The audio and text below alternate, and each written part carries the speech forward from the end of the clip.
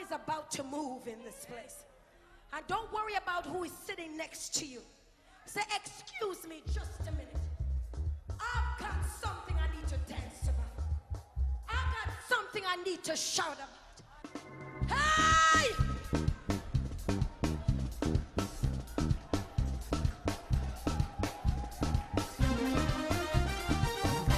Come on, people of God.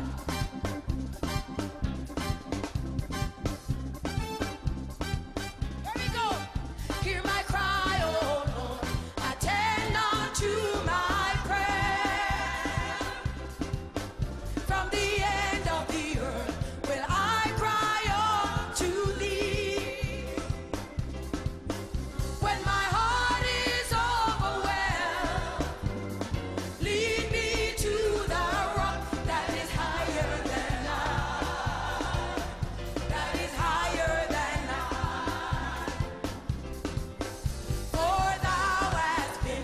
a shelter for me and a strong tower from the enemy.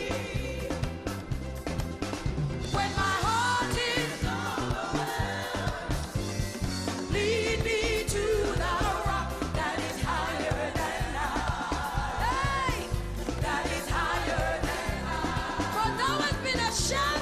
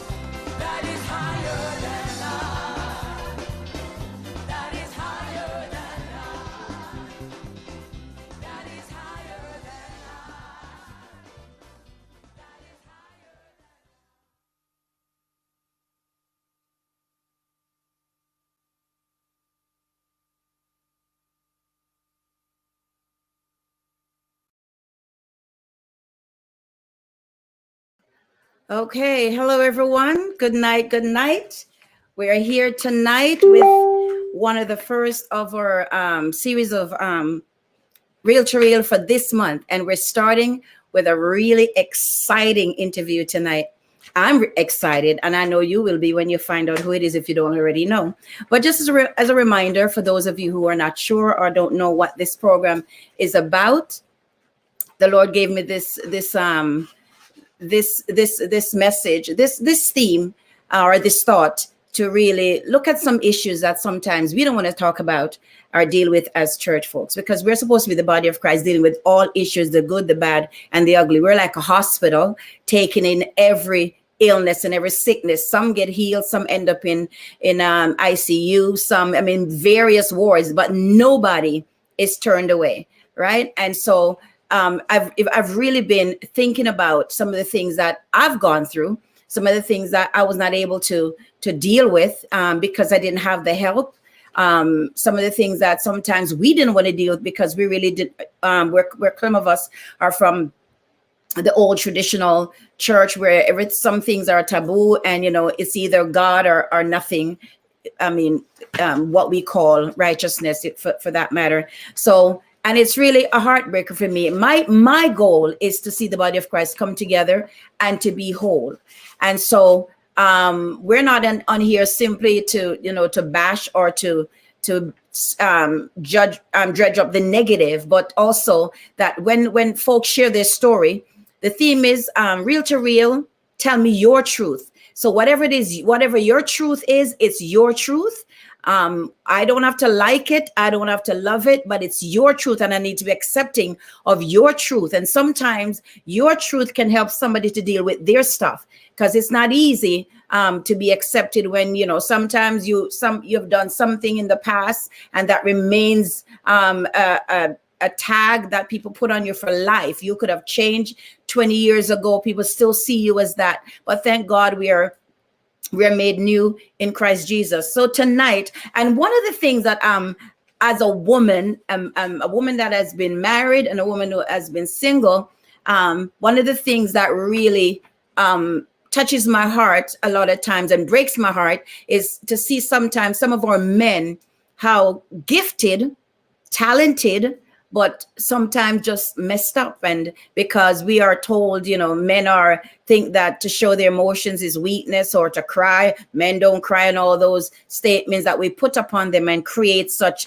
burden that they can't deal with. So they try to live this lie of trying to be okay, to fit all the modes of fatherhood, husbands, leaders, and all of that, and they're not able to function. And even if they do function in the open, behind the scene, they're not able to function. They may be out there helping everybody else, but in their homes, things are falling apart. And in their own lives, things are falling apart. So tonight, I really want to introduce this amazing guest, multi-talented, multi-gifted, Neil Ellis, Grammy nominated audio engineer, technical director, songwriter, producer, host, and creator of the online series Culture Shock.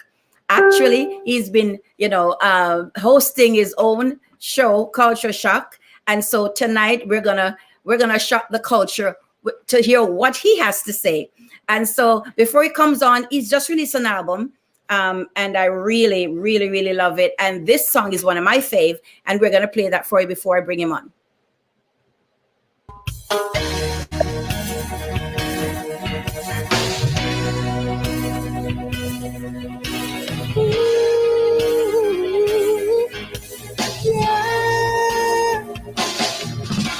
Don't run from the truth.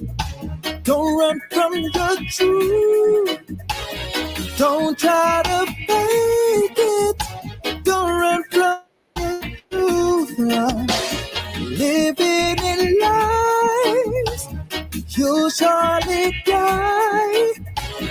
Stand up and face it. Don't run from your truth. 'Cause every man has got a purpose. On this earth where Jaja places us. Look deep inside for the fire that's blazing.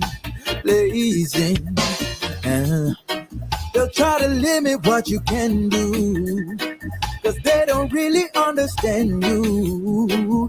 What's for you, nobody can take it. No. Don't run from the truth. Don't run from the truth. Don't try to fake it. Don't run from the truth. Living in lies, you'll surely die. Stand up and face it. Don't run from the truth. Don't be scared, lots of work to be done. Time is here, face your fears, 'cause you've only begun. Can't you hear, say your purpose a call. 'Cause with voices are still come to break down the walls. Don't forget, say we're there upon a mission. Use your gifts, let your fear as ammunition. No distraction, forget the competition. Don't lose sight of your vision. Don't run from the truth. Don't run from the truth. Don't try to fake it. Don't run from your truth. Living in lies, you'll surely die. Stand up and face it. Don't run, don't run, don't run from your truth. You can run, but you can't hide. Can't find the feeling deep inside. Yeah. Oh.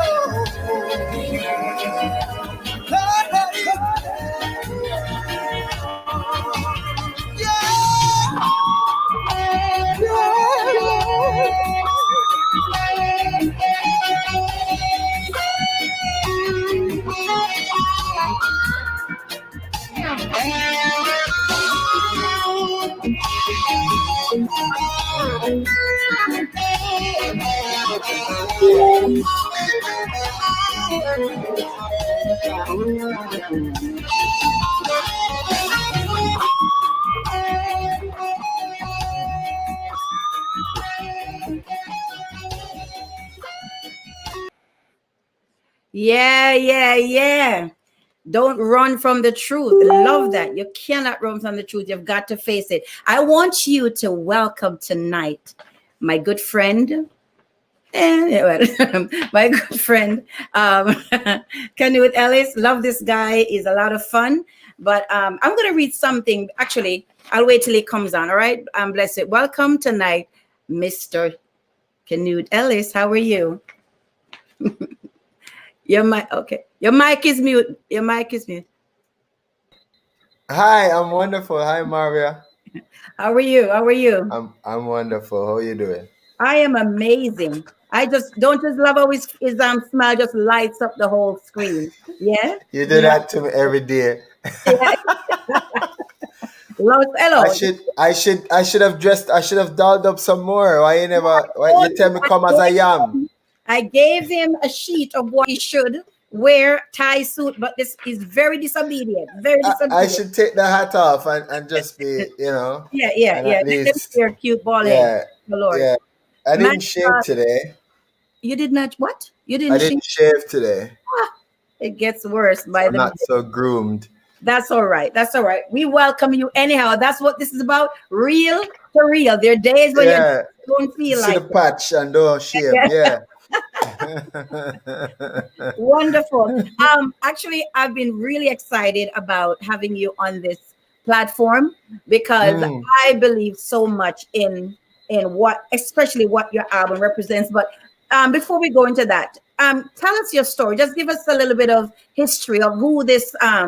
I'm sure you didn't grow up just like that. Some things made. Yeah, I'm a born big man. Yeah, Benjamin Button. But just a little bit of your journey, where you're from, all that interesting. Yeah. When you introduced to Christ, just the intro of who you are. Yeah, the quick version. Yeah. So I was born in St. Mary, a little place called Masonal. One of my grandfathers was a farmer. The other one was a serviceman. And one of my grandmother is or was a pastor, and then my other grandmother, I don't remember what she did when she was younger. So I met her, when I was young, she was already retired and have her business and so on. So so it's a very diverse family, very. You go stay with one grandparent and you have this, So I said all of that to say that helped me have this, this skill that is, you couldn't write the story even if you tried it, because my grandfather carried me go bush, so I learned about planting and reaping and all of that stuff, and then my grandfather taught me how to have a firm handshake and that kind of a thing and so on and so forth. So, grew up in the country, then moved come a town, and I couldn't figure out what I wanted to do as an adolescent or as a teenager going into high school or into community college. I couldn't figure it out. I would do summer courses and that kind of a thing. And so, long story short, I saw this ad on TV, and it was showing, recording arts. And long story short, I signed up for it. It was at CPTC, and I fell in love with music on the technical side of things, and started to pursue that. And nothing ever going for me, and my life was just a mess. I was just a box boat and just couldn't get it together. And I just made a decision that I was just going to change my life and just give my life to the Lord. And the moment I did that, is like, a weight come off from my shoulder. So I feel like, what instigated that, though? You never just made this decision. What instigated that? For your parents? No, it wasn't that. It was really just, again, nothing wasn't, because so when I went to school, I did audio, but then I wasn't placed proper. Well, I wasn't placed, and the students that I would go to, my mother never liked it because bad boy they are, something where she never liked, and so she would headhunt me to, don't go that place. She don't, my mother is very overprotective, like much more than my father. And so, so because of that, we just never get for going to studio and thing. And so, have this skill, have this love, but wasn't practicing it.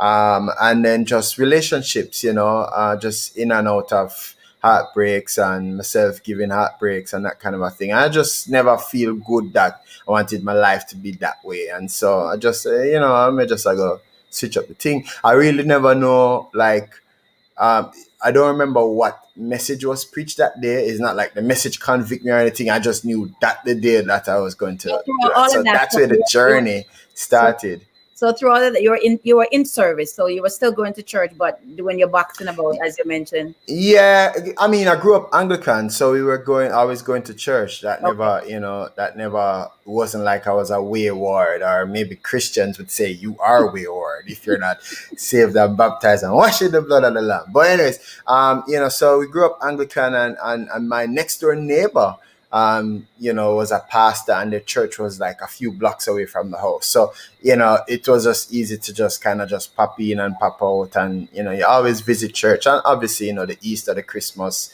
the baby christening, Smaddy funeral, that kind of a thing. And I used to help them out on their fish fry or things, because whenever they needed somebody to do their audio, then they remember that I am the neighbor that always play loud Bounty Killer and Beanie Man. And so if I was playing loud music, then obviously I would know how to make the sound at the church sound good. So that's the journey from me giving my life, and then the rest is like source of history, because everything just snowballed into just bigger and bigger and greater things. So all this was in Jamaica. And when did you transit from Jamaica to the US? Because there's a whole other story within this album, a whole heap of things. I don't know if we can talk, but one of the things that really attract me, and for those of you on here who have brothers and husbands and whoever, invite them. Okay, invite them. Because I got to talk some real things. Age don't mean so you're not ready. Because some people have to grow up quick. Some, you're old from you're young based on experience. So, and I nothing to do with age. Sometimes we've just been through some stuff. And this album that we're going to address later on speaks volume. But one of the reasons why I really wanted this man of God to be on here is because I have a passion for men. And when I see so many men as so gifted, and so they're just not living the fullness of who they are, because they're stuck in the past. They used to say of this of my ex that it's like you're still stuck in whenever that situation happened to you, it's like you're still there. Life has moved on, but you're still at that junction where that thing happened, and so you carried that 1983 event all through your life. So I want to read something that really I know I'm skipping over a whole heap of things about history, but I want to come back to that way you just said. That way you say is key, it's gonna be a great bridge for us to be walking. Yeah. So, But I want to I know there's so many things, and we're just gonna just play it cool. We don't have no prompt cards or anything. But this is what really, when I read his bio, he says therapy represents a movement, awareness of men who need therapy. Having personally gone through many encounters of hurt and loss, Canute had to go through physical therapy and the therapy of life. Wow. Many men are taught that vulnerability is a weakness and not a strength, as they are put to shame whenever they express their sadness or their pain. That's a whole mouthful right there. So I'm sure that didn't just come off, because you are very, prolific or whatever. This come from a real place, yeah? And so, and I often says, give your project a birthing place. Like as artists, your project must have a birthing place, and it's very obvious that this does. So, Sherry, you talk about all these pains and losses. You gave your life to Christ because you thought that would kind of help you to balance and to put things in perspective. So, what happened? When did you feel like there was a sliding slope or things started to get a little bit scary? Was it because you've been married? And so just share a bit of what was this moment of when twice but I mean hello, he's gonna talk about it. We're not gonna say what he needs to say, but I'm glad that he wants to share. But there's something happened that really kind of jerked you into this place where you are now. Share a bit about your journey. After you left Jamaica, right, eventually, and ended up in My goal was to leave Jamaica to go study audio and to study Foley, ADR mixing, which is to record sound effects for movies and overdubs for movies. So when you watch a movie and you hear like it's not the person actually doing it. Them in another studio overdubbing it and taking celery sticks and cracking them and you hear bone crack and that. So I love that stuff, And so I've always been wanting to go study that. And so I was always checking to go to Full Sail. And that just never happened at the time. It was all my fault. I never pushed for it. My parents asked me to get the full lowdown on how much it would cost. And at the time, I think it was in the late 80s, early 90s, it was like 20,000 US, which was like dirt load of money at Jamaican. And so I was like, wow, you go spend all that money on me? It's like, and so it never happened and stuff. So, but a little bit before I moved away, if I can just backtrack. Please So what happened was, the truth is, around at that time when everything was going haywire and stuff, and, I thought I fell in love, whole heap of air quotes and stuff. And so my girlfriend at the time, and so what would have happened is, I would have hung out and we had a Jamaican, I said deal, and we had talk and we there. So that those three stages and stuff. And so my bona fide, my brethren, we always played basketball together, and that was just we were really good together. We're good individual and we're really good teammates and stuff. And so his girlfriend, and so we used to double date and all that kind of stuff. And so, anyways, now I call her name and we now go point on about it because I feed them story that, right? But anyways, at the time I felt like little peer pressure was coming because they were getting ready to tie the knot, and then so my little girlfriend now she wanted the same thing, and all kind of holy kind of thing, and that kind of a vibe. If you say a real, then we could real, right? So I should have did. But anyways, so that happened, and some feel like what, maybe this was the grown up thing to do, and your posture would need to be one way. I was young. I was in my 20s, and the scariest thing about it was I never sunk into my career. I never found a career. So note, if you're not watching now, all man and all woman of your brother, your cousin, your boyfriend, your boo thing, your father, call them, draw them near. Yeah. He's not a counselor, he's not nobody, but we can share, and a light bulb might go off, right? Right. What happened is when you're not securing yourself as your career, not get married. Don't do it. That's right. Because your spouse don't them not really get to understand how that thing they're going to go.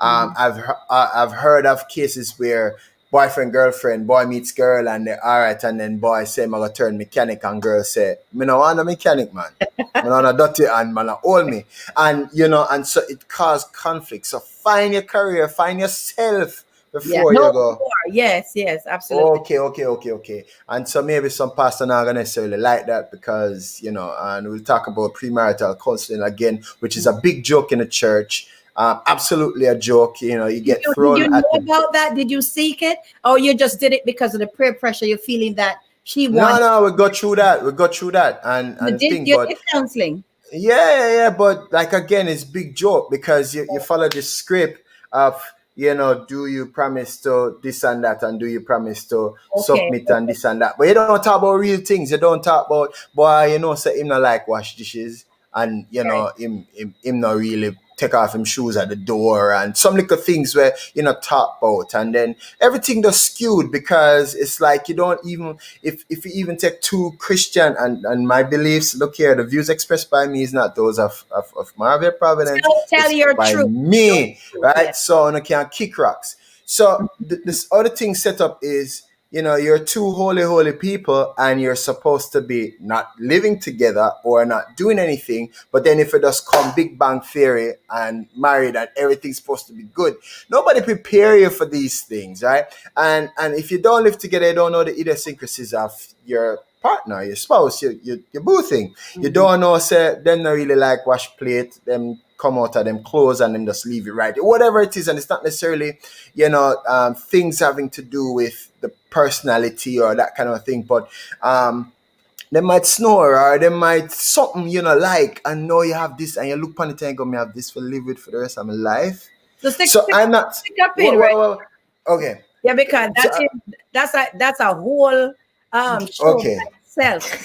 But I understand what you're saying. The help that would have helped you to probably kind of look at it a different way, that should have been dealt with in the counseling, and you didn't get that. Yeah, but that's what I'm saying. So depending on who your counselor is, right? To talk about real issues, and if they're following the script, yeah, and if they're following the biblical script, then there are certain issues that won't come up. And what I'm saying is, if you're following the script, what them say is supposed to be doing, you're now going to see these things down the road. That's my point. I'm not saying it. Nobody needs to change. Not now. I'm just telling you how things, how that your cards are stacked up against you, so to speak. So anyways, you're rushing to this thing called relationship, which is a big old mountain of itself. And then, now you're marrying because you think, we're together so long, and I've often see this. Well, me there with her for 3 years, might as well. Me there with her for so long, and we go through ups and downs, and day one and all them things, and you just stick it out. And you don't talk about issues, and you don't deal with the issues, and you just kind of just mosey along down the road. And can I ask you something there? Yeah. Do you think, now you're taking this thing into some very serious, hello, you want to make part two. Trust me. You put on your hat. I beg. But because I know this is this is kind of sticky, but this is, I'm gonna stick a pin there, and just to go there just a little bit, because we can't go to the road tonight. But no, yeah, you talk about the relationship for 3 years. We're not do for 3 years, but we won't leave that. We're not gonna touch that. So, but don't you think sometimes what was happening in the 3 years, also sometimes the emotional aspect and sometimes being involved and all of that, sometimes the emotions overrides to make people think that it is enough foundation for marriage. I'm trying to keep it light, because if we go down the road, we're not come back, right? So yeah, I love how you frame that, Marvia. I absolutely love how you frame that. And to tie this in, if somebody just have 5 minutes to watch and to just to kind of put an icicle, where it has a cling wrap over it and kind of seal it and put it down in the fridge till another time, is this. I'm saying when you're growing up your boy child, when you're growing up your girl child, it starts from there. It starts from who you're around and who who is your suitor. You understand? And so if you don't get the training and you're growing up and knowing yourself, so one hand can't clap, so I now point no finger. So me never know me. So me going at something and nobody no point out and say, say you don't really know yourself yet. You would kind of really have no career. You're not struggling, because my family, we're not poor and we're blessed. So, I mean, I really know about not having, that kind of a thing. But, somebody else will go through a different life, might have a different perspective of it. And they might have said, me, I work from me at 16. I said, my work at 16 was being business partner. You understand? But I never had a career. It's totally different, So, so I'm saying when you meet your suitor and you're talking about marriage, these are some of the things you talk about. It's not so much. All right. No, I say I wrapped up. Most women, I found at 44 years old, most women them grow up just wanting a wedding day. They grow up wanting a wedding. They want a wedding dress. They want everybody to come. Why you keep on opening up these little You say me, you tell me this and say me can talk. Yeah, man, and can free. This is I talk the things them. I know I got mash some can and no say true me. No problem. I'm just saying it needs to be discussed. But we want to talk about Neil, right? But at the same time, yes, I hear you. And we're gonna go there. I'm not gonna stop you. They're not true, they're not that my face. A person just want a wedding day and not thinking that you have to put in work. Raise my hand too. You know what I say? So when you reach that point and all she wants is the wedding day and the this and the that and the flowers and the bring the ladies on as well. It's from a man's point of view. On typing on the comments, them and make if I lie, me I tell say lie. If I have truth, say facts. 100%. So when a man meets a girl and all she's dealing with is the wedding day, but not the growth of the relationship and the growth of the marriage, and you don't get checked at the door, whether it's from counseling or from your friends, and you just deal with me like her, she like me, we are deal, we are there, we are talk, and worse if other little, as you say, emotions get involved in that, everything gone through the window, right? So now you walk into this thing and you go, whoa, what's this? It's grown-up stuff. They talk about sex being grown-up stuff. Marriage is grown-up stuff. So picture a young 20-something-year-old youth now getting at that, don't have no career before, and now I finally get a career only to find out my wife loathes my career. Wow. She can't stand it. I would mix a song and I'm listening to it on the third time, I'm in the car and she's like, you have to play that again. Why do I have to listen to it again? But you know what? Like, I just did something similar to this, calling unequally yoked. The true definition, because sometimes we think it's two Christians getting married, but you can two Christians and you unequally yoked. And that's when you realize after you say, I do, now you realize, say, you're on two different planets. You see Maria now, you see how you come to man. You are the gospel Oprah and the gospel Wendy Williams, No, do it, Maria. Look here, unequally yoked in my estimation, right? Again, I'm not no theologian, don't come, no pastor, don't come in on my inbox, come tell me about me this and me talk about I really what I got through, right? Unequally yoked don't necessarily mean say me is 7 day and you is 7 day, you is Jehovah, me is Jehovah, you is whatever. That's you right. Is Christian, me is not. It don't mean, it means understand your purpose, understand your goal. Yeah, we're going in the going in that we talk about. So some people think say, oh, you're gonna marry and him not save and you save because studies show say women get saved quicker or more often than men. And men is always the bastard that need for come at church. You know what I say? And the thing is, the big difference is, what if a can of worm and another type can of worm? Men are logical thinkers and women are emotional thinkers. Or men are logical beings and women are emotional beings. So when them two something they come together, you know, it's two different things. So when I said come back, hello, you have to come back for your part two because you're messing up my show we tonight. only half an hour on the thing you talk about part No, two. no, we have to come because these what you start with already is already we never touch you yet. In I a sense, have something right? that bubble Yeah, up to see yeah, you man. go Yeah, on. please start, but just keep in mind we have to do a part. Alright. Yeah, because no, because those are things you talk about.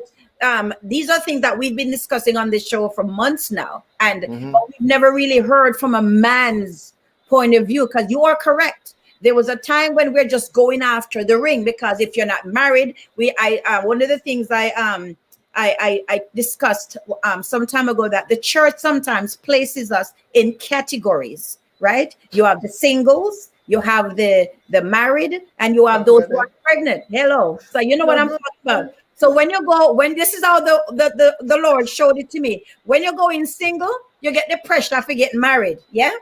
And then you join the marriage group. And then you get pressures that when you go have baby, when I go get give me some baby, then you switch from the marriage to the parent, and then you never became a man or woman of God because you never became you. Yeah, you never really learned the true purpose of who you are in the body of Christ because you're just busy and jump from group to group because the pressure is single, you must get married. When you're married, you must, and so you're just jumping and you never really find your true self because you're just trying to be everybody else, what everybody expects of you. So that's that's what it is. Yeah. So I know. So full disclosure, I will talk in layers and I'll talk in codes. So feel free to stop me and type in the comments what you really say. Somebody said can of worms out to the comments. Yeah, and I have so many things because I've never been on a program like this, and I think your program is absolutely amazing, Marvy. I think you're doing great. And the fact that you invited me, like at first I'm like, what?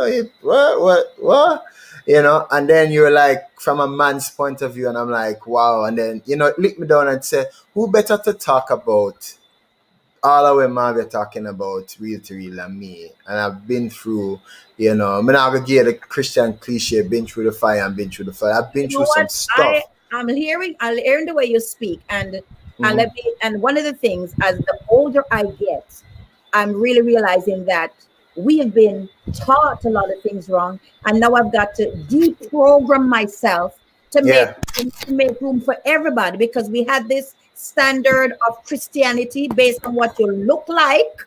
Hello, and so I know another can of worm. Don't even touch it. Yeah.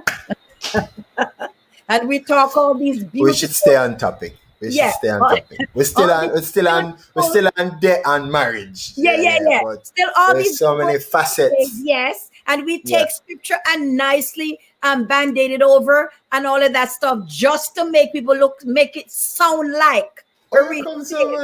But but the reality is, when I go on the street and a gunman or a drug man or whatever face me, I can't give them band-aid scripture. I've got to sometimes just deal with them stuff one-on-one before I can even introduce them to church. So I like the fact that you're in touch with reality and the world, but at the same time you maintain who you are as a Christian. You know what I mean? So Christianity, hello. Someone said to me the other day, what is Christianity anyway? Everybody say Christian, but we're not really living the life, and I'm tired of that. So I'm gonna come here and say this is real to real. We don't have to like each other's truth, but it's our truth, and somebody really needs to hear it. So here in a marriage that you realize that, hey, what did I do? I messed up big time. My marriage, my relationship, I didn't know what I was doing. I never have no guidance as it relates to a man saying wagwan and thing. Pastor was there and do the best he can, and we as human beings can't blame a pastor or counselor because we are skilled to hide the truth. Hey. So when you're young, you hide, and them say, what's going on? Yeah, man, I'm good. I am masked. That's, Yeah, man. So to bring it right back now, it's like, me in this thing now, I'm in a music, and I started to mix a lot and produce a lot, and it became a nuisance, with my hours. when I was late for her, picking her up because we only had one car.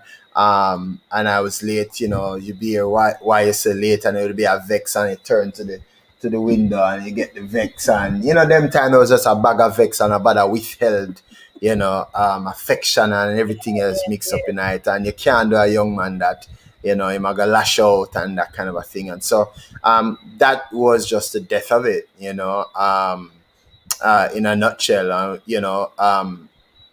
But I am 100% to be blamed because I didn't know what to do, and I wasn't smart enough to say, hold on, stop brakes, let's have a one-to-one, let's have them time they not think that you just your feelings and vex, and one person say one at something and you say another at something, and is who What you're can saying out at is, say.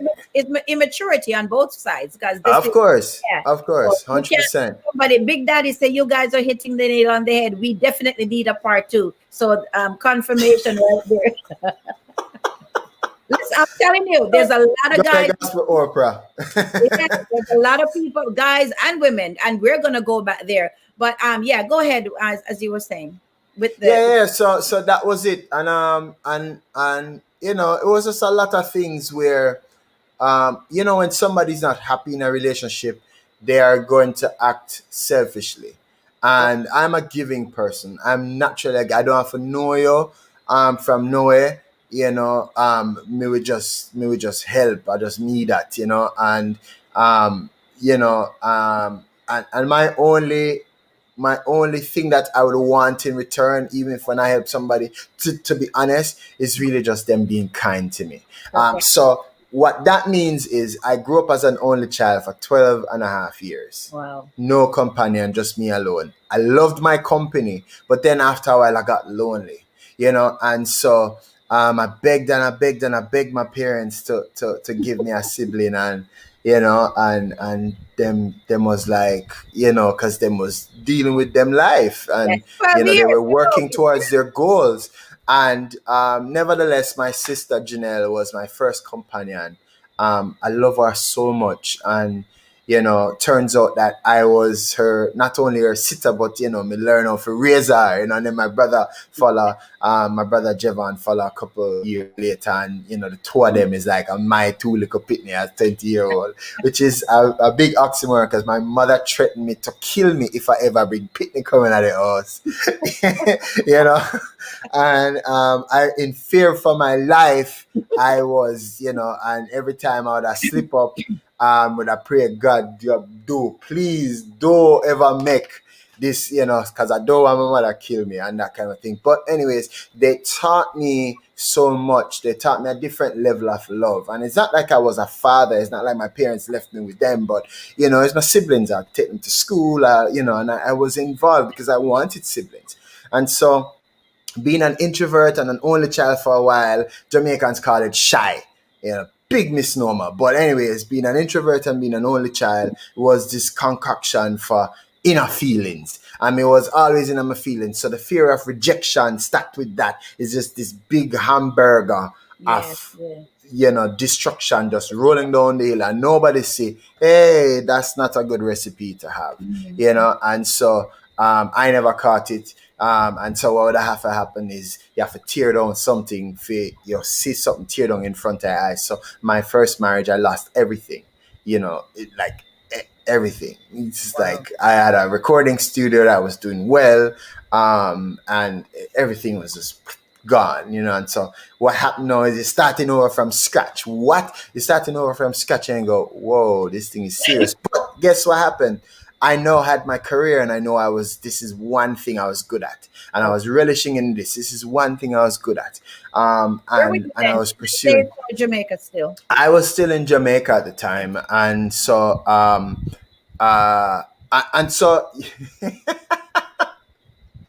so, I want to see you. No, cause my business now going at it, because it's a story, right? Yes. So what you focus on expands, right? And so I always wanted more for myself, But the more for myself was wanting to be better at what I was doing. So, anything that I was learning, I'd want to learn it to the full extent. And I'm a So self-taught one thing person. I'm And going to so ask you there, when the marriage failed and you lost everything, that was it never failed. It never failed. when you lost It was everything. a journey and a lesson. It never failed. Okay, well, yeah, okay. So it's a journey. Yeah. Yeah. But that kind of put some gas in your tank to even be more successful because you wanted to prove I don't to know if I wanted to prove to her. I was angry. She wiped out my account with no money. And I don't know if I wanted to prove or if I was angry. Ellis, when things happen, it's the anger, all of that, it can be filtered the good way, and it can be filtered in a bad way, right? Whatever, you don't call it failure, but I understand that. But whatever Yeah. happened to you, it can, that anger, that loss of what happened, because to build I your was overjoyed that it was ended. I was overjoyed because the moment I was getting married, I knew I was making a mistake. I was at the altar knowing I was making a mistake. wow. My So why? pastor was talking fear, whether it's fear of missing out, FOMO, or or what people gonna think of me. You I know how was many there. people? You know how many people go to the altar with that? Look here now, man. Like I know it, I'm gonna get it clear as day. And so my lesson is that's why it's not a failure. Because I got the lesson before I got married. And I got the lesson while I was married. And I got the lesson I got the lesson before, I got the lesson before on the day of, I got it right after, I got it during, and I got it after, and I got it after, and I keep getting this. And I have this thing where it will come and the spirit will tell me things and I shrug it. And so my biggest lesson out of all of this is always listen to I'm in this series now, and I'm watching this series called Suits. Everybody around me laughing at me like, this is so old, and I'm so glued to it right now. Like I can't get my work done. I'm watching Suits, and this guy on there, he always go with his gut on him to say, you're going to not take this deal just because your gut says something else is there, and him say, yeah, and then that's me. Sometimes your gut said don't do it, and I'm like, I mean, listen to my gut. So now I have to listen to my gut. So when something comes, I'm like, yeah, remember? You call it your guts. Well, guts, whatever you want, pluralize it, As single it, a anything. child of God, yeah. No. I said spirit, and then I said guts. So there, Yeah, we are forgive the it's a people spirit of and God two side. speaking. It's the spirit of God speaking. You got not no, Mm-hmm. you got not talk to you. It's the spirit of God that's your guts. Nonsense. Anyway, no, but I hear you. But The analogy was one of the yeah. person that says guts and and thing, and No, I but said, I want to touch on something you said. yeah. Which is true. You said it's not failure. And the other day I was writing a part of a book that I've been writing forever. And then when you look at some of the things you go through, you said, wow, it may have seemed like a negative then or a failure, but it's a positive, because we talk about destiny helpers, but Yeah. sometimes it's not always good. It's a journey, like you said. And if you look at it, I like the way you look at it, as in the process of it was a journey and not Mm-hmm. a failure. So yeah. Yeah, and so the journey was that I had to learn, and the biggest thing about and let I point this to you guys who are listening. I want to say, guys, no disrespect, you male and female that's listening, is that sometime if you don't learn a lesson with God, if you don't learn a lesson, you're gonna keep getting it. Oh If you don't pass a test, if you yes. don't, it's like if you got school and you pass, you have to keep taking it till you pass. Yeah, I just posted a few days ago. Yeah, you gotta You sit have there. to keep that. So that's the thing with me. I mean, never way did I learn the lesson, Yeah, and so I mean, yeah, I have to get it over and over and over again, mm-hmm. and so because of that, and so you're asking me, you want to know the transition from that and to the weirdest thing now, right? So desperate for affection and for love and to be accepted and all of that stuff. My now second boo thing would be, just random act of kindness, and I go, oh wow, somebody cares about me. Somebody And guess what? loves you. She's in the arts, so she will get me. She won't tell me to turn off the music, Oh, and she I will. like that. I like that. Now she likes what you do, but you're still unequally yoked. Big mistake. Ouch. Because then it was all about. Remember we talk about the wedding, and so girls grow up just wanting the wedding. They don't want to work towards the marriage. Just the So I wedding. won't not go about to no one Great. man, about to no one husband. I don't know want work feet, but to no one have long nails. I don't know want did something. I don't want man mind on no. I don't want mind on yourself or come together and say, me make $10, you make $10. It's really $10 rather than you tell me say, me make $7 Yeah, yeah. and pass 3 because mother they tell us say make sure you put us. Look here, we're not causing problem in your people's life. Because if I declare everything, and that's the thing, I never get the memo, Maria. I didn't get the memo. If I earn $10, I put $10 on the table. And then Okay. me I say me make 7. I say, yeah. But then later down the road, I realized it was really 12 or 10. So what are you And I'm saying? like, They don't put in people everything. must be truthful, man. Okay. Just People must okay. be truthful. Be truthful as to what you're bringing to the table. That's what you're Yeah, saying. but what I'm saying is, mothers teach girl child say have your get vex money, stash a thing aside, and it's causing problem. You see how things tie in, and I Yeah. never get the memo. So I'm this well not well. I'm this what you call this now? I'm this sheltered kid that comes and thinking I take you at your word because that's what I was taught. Yeah, yeah. Believe in Right. giving everything. Yeah, so I give. So if I work my butt off and I put $10 on the table, and you say you make $10 too, it's supposed to be 20. That's supposed to be 20 on the table, but 5 in your purse. Then if that's the case, then tell me I'm bringing No, together it's 80%. Or not, It's emergency. yeah, but you have to set that up front. You have to set it up front. So then, isn't that okay? So make we talk about it. Make we go there then. So if a man and woman, Jack and Jill, come together, and them say if Jack don't tell Jill everything, Jack isn't truthful and Jack is a liar and Jack would have cheat, right? But then Jill don't get pointed at to say you a stash money one away different for however long. That's not cheating. But you know what? That seems like a very that looks like a small thing, but it's very huge. It's a big thing in marriages. And Right. sometimes it's true. Sometimes love is just not enough, right? There's a lot of marriages that end and it didn't have anything to do with not being in love. And you're right. If I to be quite frank too, if you're getting us all into deep waters here now because you're tapping into some of my stuff, right? Because what happened was that if I didn't have I didn't call it emergency money. I had a separate account which I didn't cancel, but it's a good thing I did because just like you, my ex one day just cleaned out the joint account, right? So if you don't have your thing to bounce back on, then you're in trouble. But I understand what you're saying. Here's how you go about that, because so I'm a problem solver. For the last 23 years, I've been solving people's problem.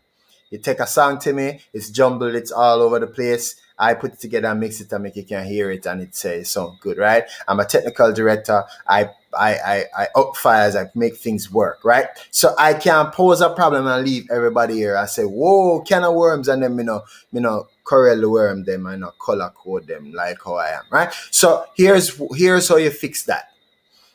If you're gonna have emergency fund, you come together at the table and say, look here, I'm going to have my emergency fund. You should have your emergency fund. We should have a joint account.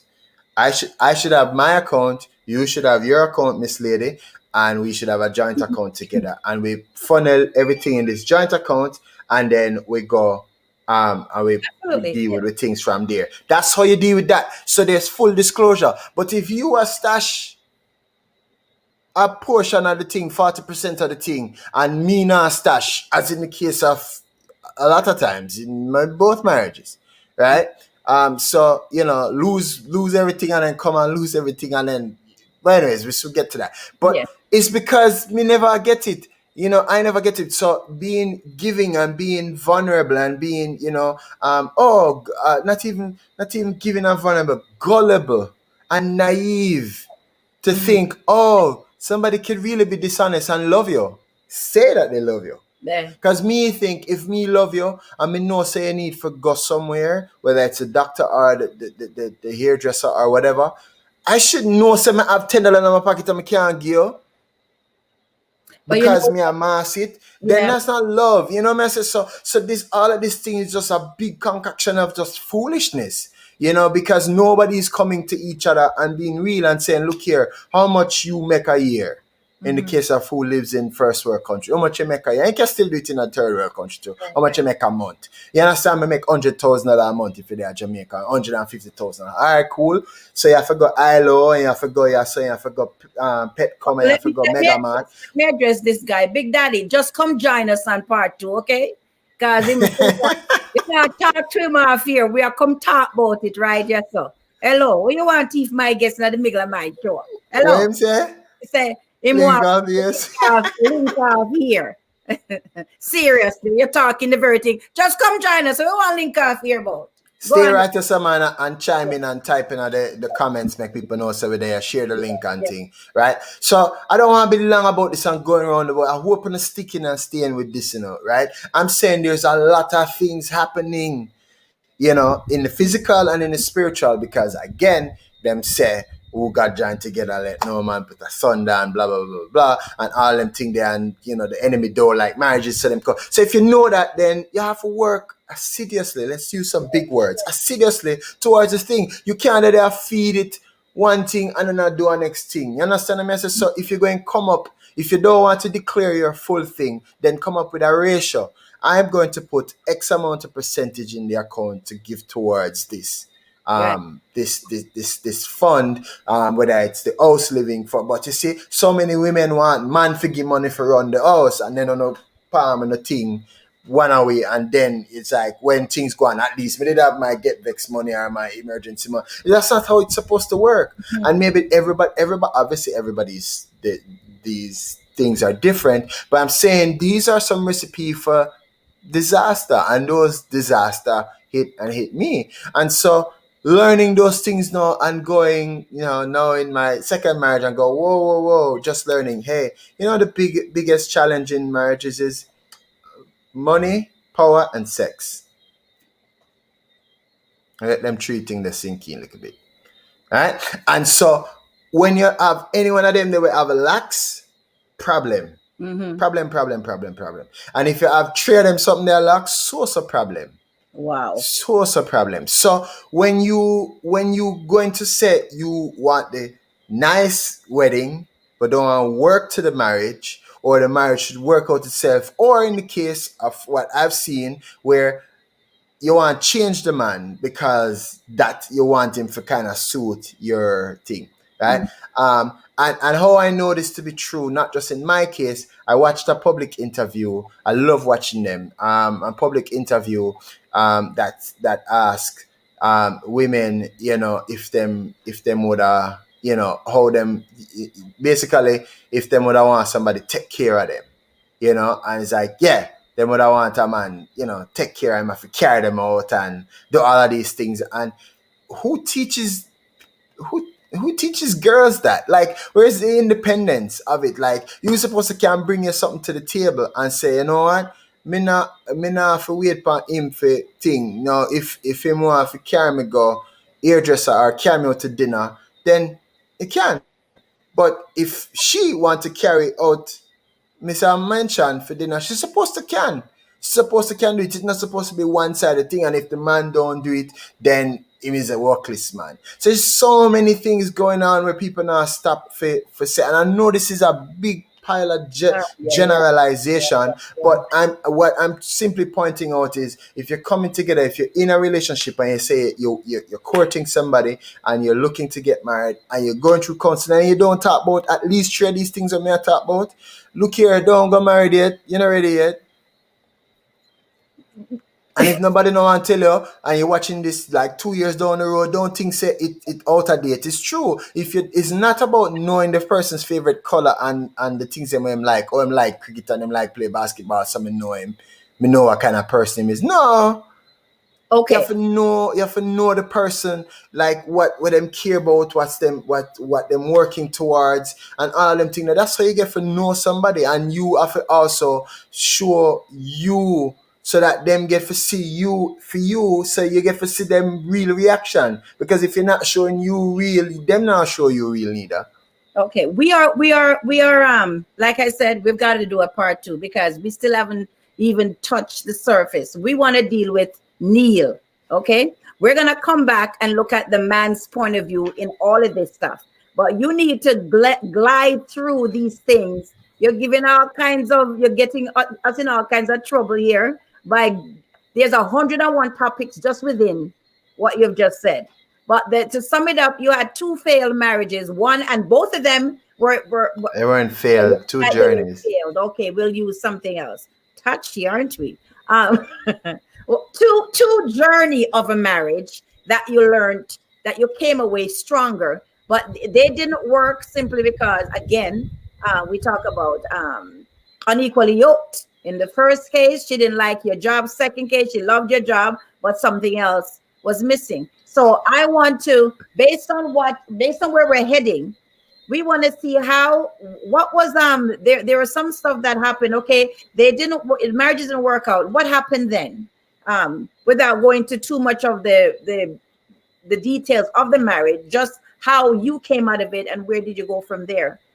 That's a great question. Let me condense it but make it potent. There's no condensing about your comment. Yeah, but I don't want to be long-winded about it so people miss the whole extent. Somebody used the word failed, but I guess he doesn't like to see it as failed because it's a journey, it's a process, and you learned a lot. So I kind of like how you look at it. It's not so much failure, it just did not work. Right? So somebody said it's failed. So it's like I said, it's his truth, how we perceive. Some people look at it, failed and go down this road that they never get. So that's a good way of looking at it, that it wasn't a failure, it was a lesson learned from something that just did not work out. So, I mean, that's a good way of putting it. So, my journey brought me to this, and I'm at this point where I am faced with now being with somebody that flagrant disregard to our finances, and just selfish. Just to simply put it, just selfish, just think of self. And I am going, no, something wrong. Like what, and my epiphany at the time was, I don't want to go through another failed marriage. At the time, that's what I was saying. And so I stick it through. And I saw the failure as, I want this to work. But if it wasn't something that was meant to be, or something that you either go into quick, or something that needed to carry you to a point of your life. And that's when I go, this had to carry me to this point in my life. And so, my health was being ruined because I wasn't taking care of myself, and I was always a skinny kid. Growing up, and I don't know where belly and bigness go in my life, and so I'm just turning 40, and I'm just so sad, and I'm working 3 and 4 jobs and still can't make ends meet, and just not happy. Mm-hmm. Not happy at home, don't want to be home because it's like it's just not happy. And dealing with music was good, but then dealing with people in the music, mainly in the gospel industry, was another trip, because you think that they would be kind and fair and nice. And some of my biggest disappointments and biggest hurts came from church people and church. If I should add up how many people owe me money and how much, to the hundreds of thousands of dollars between church, establishment church, big churches, and big people who are supposed to be in church owe me money. Wow. And people who can't afford it would pay. But churches figure, and so you have some pastors. Volunteer your gift. That's what it is, yeah. No, not volunteer. We're not dressed up and nice up. Me not afraid nobody can drape me. No, you work for them and them supposed to pay you, and them tell you so them not pay you. because you're not supposed to get that money there and whatever, and use God feet. Like and when we touch upon more people get and them say, oh, I might be a little bit touches, but you know, when you go through them something, I see you give off yourself and your time, and you give off. My job as a technical director was to make people come and be immersed, whether in audio, video, visual, and lights, for them to get the gospel in different mediums. And I do my work, I show up, and then you don't want to pay me, and then you tell me you're bad man me. That basically happened in last two churches, and bad man me, and now I pay you. And then people say, but anyways, so when you go through that, right, and you realize, okay, you give up your life all these years, and that's what they do, you be like, okay, this thing work. You understand? So anyway, I taking stock of my life, and so what would happen is this church just I was working at just say, hey, we're going in a different direction, out the blue.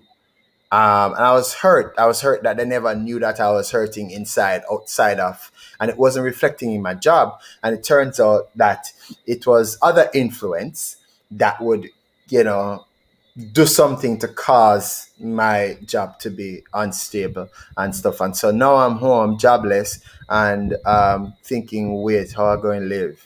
And then going through all of this, and I have to take stock of my life. And I just went to the doctor. It would have been just a few short weeks, and then the doctor said these words, Canute, you're obese. I never thought I would hear those words together. My name and obese, and nothing done wrong with almost weighing 300 pounds. You have people that fit the height and age and all that stuff, and they're fine, and make you feel bad about your thing. I'm just saying, me at 5'11", almost 40, just turning 40, not supposed to be 300 pounds, and most of the weight was in my gut, as Maria said. All of it was in my belly and neck and thing. And so, hearing that, and I used to wear, I was telling Maria, I used to wear extra large t-shirt. I was extra large shirt. I was almost going to go one up because extra large was getting tight. That's a worry for something that you're going with now. So you're saying now, two marriages that didn't work out. So do you think, and I'm putting this a question more so than is that you're going through all this, you're putting in everything in your marriage, in your work, all at church, give, and you totally forgot about Canute. You're playing the parts of everybody's to be the best for everybody, but you were receiving the worst, and your body was paying the price. Yes, ma'am. 100%. Wow. When did you wait? When you heard the word abuse? But you know what? No, something else I want to touch on, and I look at this because that's why I said earlier, the church is a hospital, okay? A hospital that takes every condition. Well, you have different wards. Some even have a psychiatric ward, the ICU, you have all kind of wards, but it's a hospital where you have doctors tending to each and every individual. But here is a young man, right, trying to fix everybody, and the church totally missed that he was hurting. Sometimes you can look at people. You don't have to have the discerning and speaking in tongues and all of that to get all the deep stuff. That somebody right in front of you is dying. So can I say this to you, Canute? So were you wearing I call it take off the mask. So you were masked, trying to be everybody to everybody, while you yourself was dying physically and spiritually? Yeah, I would say you said it spot on. It wasn't a mask. I get joy out of helping people. I said that in my album. It's in one of the therapy session. I get joy out of it. You weren't showing your pain. That's what I'm talking about. But it's like, how you for sure it if somebody don't really care. Like, hey, how is it going? And then move on. But so what get them was this smile. So if you're smiling, you're all right. The mask it is well. Like I said, are you doing Canute? Oh man, everything curry, as you always, everything curry, and big smile. But you sometimes we're afraid to show the real us because we don't want to be rejected. Because sometimes you say, how are you? I'm fine. I'm saying I'm fine because you really don't want to hear how I'm doing. So I often, I've done every show. If you go back and look at my Real to Real, these are some, one of the things I did. How are you? Do you really care? When you ask the question, do you really care? When we ask the question, how are you? Do you really care? Don't ask. And I tell folks, do you really want to know? Most of the times we don't want to know. But it's become a cliche. It's a church thing. I love you, my brother. I love you, the love of the Lord. All these wonderful statements we spit out every day, but we really don't want to know, because if we listen, it's going to make us put the onus on us now to do something about it, and nobody wants that responsibility. Exactly. And so you continue on until you heard the word obese. Look here now, man. Look here now. I got on the scale and see 300 here. Oh my God. I see the scale. I say, hey. And I put up a picture. It wasn't even the picture I wanted to put up a picture in 2014 and a picture of me in 2020, just a few weeks ago. And everybody's like, because I lost 40 pounds from January to February, March, April. It's about May or June. I was like 40 pounds lighter. I'm now in a small shirt. I used to wear extra large, and it used to be tight. I was going one up. I heard that word. Okay, you were going along doing all that you're doing Canute, loving to give, loving to care. But are you saying when you heard the word obese, that kind of jolts you into? Yeah. What happened? Because so what would happen is, things never, I remember what the argument was, because if I should have kept a journal, because then you'd have say this week episode of what the argument or what the cuss Canute about from his wife is, and it would have been perfect for me to read it off. On this day, here is what it got. Again, something just came into my head. It's amazing that you are with somebody that's supposed to love and care for you, and then you're finding that the lack of that love, you can correct me if I'm wrong, is causing you to do even harm to yourself. Yeah, because I was overeating. Yeah, because women don't understand the power we've got when it comes to our men. And I like those are militant to real. I talk about these things. You don't understand the power you have. You're not just there to get a little ring and whatever. It's the real deal. You have a response to make your man feel like a man. When a man is feeling like he's helpless and worthless and not getting the emotional support, hey, you're just handing him over to somebody else because you're not doing you're not doing your part as the wife. It's not just for him to bring over the money and keep you happy. When the man is out there dealing with stress and come home to long face and swell up and puff up, hello, and then it's true. And start me up, man. I'm delivered. Don't even touch it. Don't touch it. Now come on. I'm delivered. I don't want to go there. Long frock and tired by your head and stained t-shirt, and the man come in and want to get a place of rescue and love, and you there you a pile poor. Setters. He will go out and he will on the way home. He'll have burgers. He'll have pizzas. He'll eat all of this junk and come down and eat your food because it just. Man, this is too much here, man. Hello, too much. And I understand. So it's interesting to see what happened. That your health, you were still doing everything that you normally do, but you didn't even realize what was happening to your own body. Yeah. So the truth is, I'm not an easy person to deal with, though. I'm not easy to deal with. Of course, I know that. I'm not easy. I don't ask much, I don't ask much. He's a team player, but I'm not easy to deal with. There are certain things where it's non-negotiables. Or certain things that me want, or maybe. Let me cut this. Somebody's saying, "What about?" Let me clarify something, because this is Canute's fault. Yeah, I am telling Canute to tell his truth. Canute is doing a whole bag of stuff and getting me in trouble. I'm trying to guide him back into this path. So all the questions you're sending me, hello, is not What mine. them say? What them say? Give the question him. No, Turn no. marriage I counseling don't and know. I'm anything. not giving you no question because you're not behaving, you're not walking the straight. All right, me walk the But, straight and yeah, narrow. but we are gonna Blinkers. no, we are gonna come Limos. back because it's very because let me tell you something. The church is built up with family.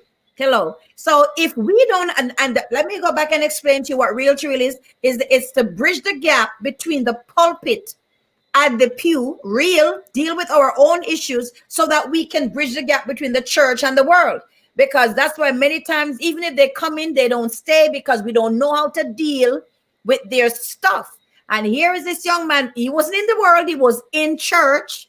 And the stuff that he was going through, it was being reflected, the emotions really was being shown on the outside. And he didn't even realize it until he heard the word obese. And how you do you know what how you end up in the hospital? No, I never hospital. I just go just before my With 40th birthday to the do a doc, yeah. check and doctor and the whole bend over thing and check your prostate and them thing there, which is great, at least you know what's going on. I never feel ailment in my body, but my work, I'd be doing like probably 35,000 steps a day, just being up and down and thing, but more that blow short.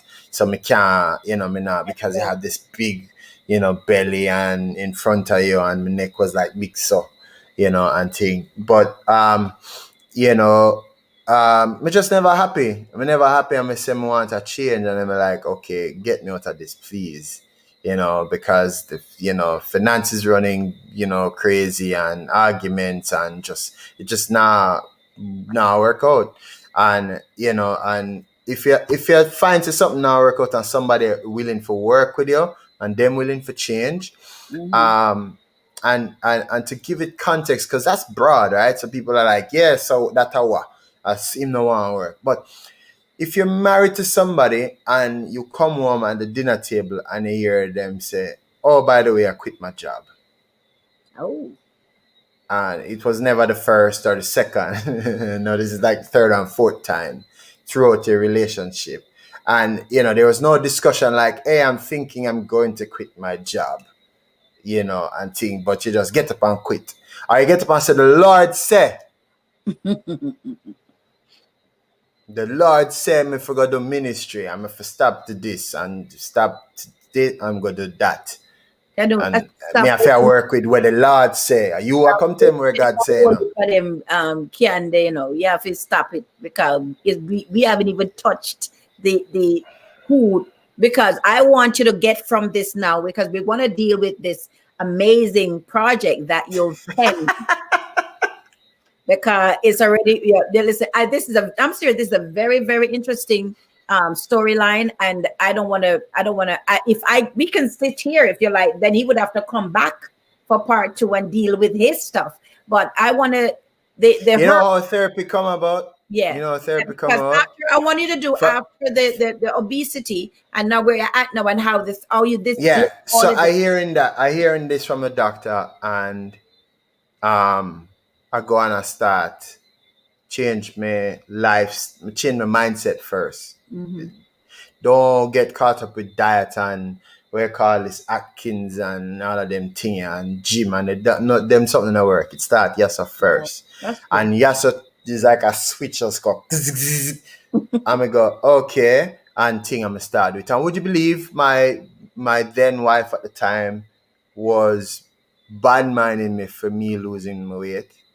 Asked me where me I take or when me just dropped the weight. So and that was a serious deciding factor, because it's almost like and somebody don't want, because them say men easier for drop weight than women and stuff. Okay. But it's not like me there fling it, and I like me did now suddenly in 2 weeks have a 6-pack and you go, whoa, something wrong. So it was like, boy, how you slim down so you can't win no matter what you do. Can't win today, like. And so that was like another. So the switch go after we and then the switcher just go so, and it was like, okay. And I wasn't creating. I stepped back from creating. I didn't do another scroll series. I had scroll 1 out, scroll 2 out, and scroll 3 was in the making. She never liked some of the songs them that I love on there, and so there was at loggerheads and so me just never bother put it out. 'Cause who put out songs if your booting not like it, And so we switch now, and then me I focus on fair career and I push she, and me not do nothing, and And then leave yourself in the background. again and things. So so being overweight and being depressed and being sad, you don't think rationally. So you go, and made it, and what you call this, confrontational. I'm very confrontational. I was. You said came to me, what? Me and I read with you. What you mean? It's just I don't know where all this anger came from. Really? And so man. Especially if it's foolishness, like if you tell me say something go on, gossip. Again, men are logical thinkers, women are emotional, and if it don't make sense to me, it just so me not easy to deal with. But you can, any woman can tame any beast if you tap into, and then to start. Women have a very, very powerful remedy, but sometimes we use it on the wrong patient. Yeah, man. And because I more than she should be cheering you on here, right? She wasn't cheering me on. She wasn't. Real thing, me not lie. Nobody can drape me. The reason why is important, this topic, this having a male perspective on here, is because I've been meeting a lot of men who are damaged, so damaged beyond repair, because they refuse to talk about it, and they refuse to, like Kenu said, that switch had to go off. The mindset had to, and it's not just about weight, it's just about every aspect. It's everything. Your mind has to get it first, right? And then you channel it down, because nobody, as much as the persons that he was helping were not receptive and in the kindness and really embracing who he was. Because let me tell you something. Good man hard to find. Hello. A good man hard to find. And what I'm finding, when you find good men, them damaged. They don't express themselves. So to speak of that, what you said about damage and some men stuck into, I love what you said that, and it's sad that you had to go through that. But when you said it, I said I was going to come back to it, and I'm glad you said this again now, so I come back to it. Sometimes men are stuck with where they got hurt and them damage, as you say, and that switch don't go off and thing. And here's why. It's because you don't get closure. So here's what happened now. So me going into another thing, going into another marriage, and I never got closure from my loss from before. Okay. Right? So going in there, and then that's not being nurtured.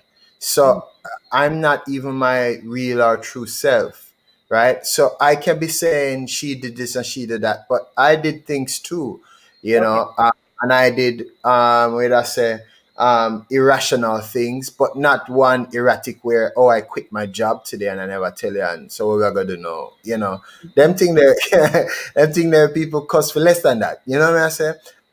And to see that happen, and then I go, you know what? So I'm going to take care of our finances from now on. I may study and say, all right, me I gotta deal with the finances. And Vex, we have Vex. If you did have it all this time and it's to the poop, now let me have a shot at it. Them kind of way there. So if we can come to agreements with that, then me I say, so me na point finger and say over there. When there's a couple things over here so too. But again, if there was no meeting of minds. No. And somebody said she should be cheering. It wasn't cheering me on. My some of my goals that I would, are my aspiration. Oh, I'm going for that post. Oh, people don't.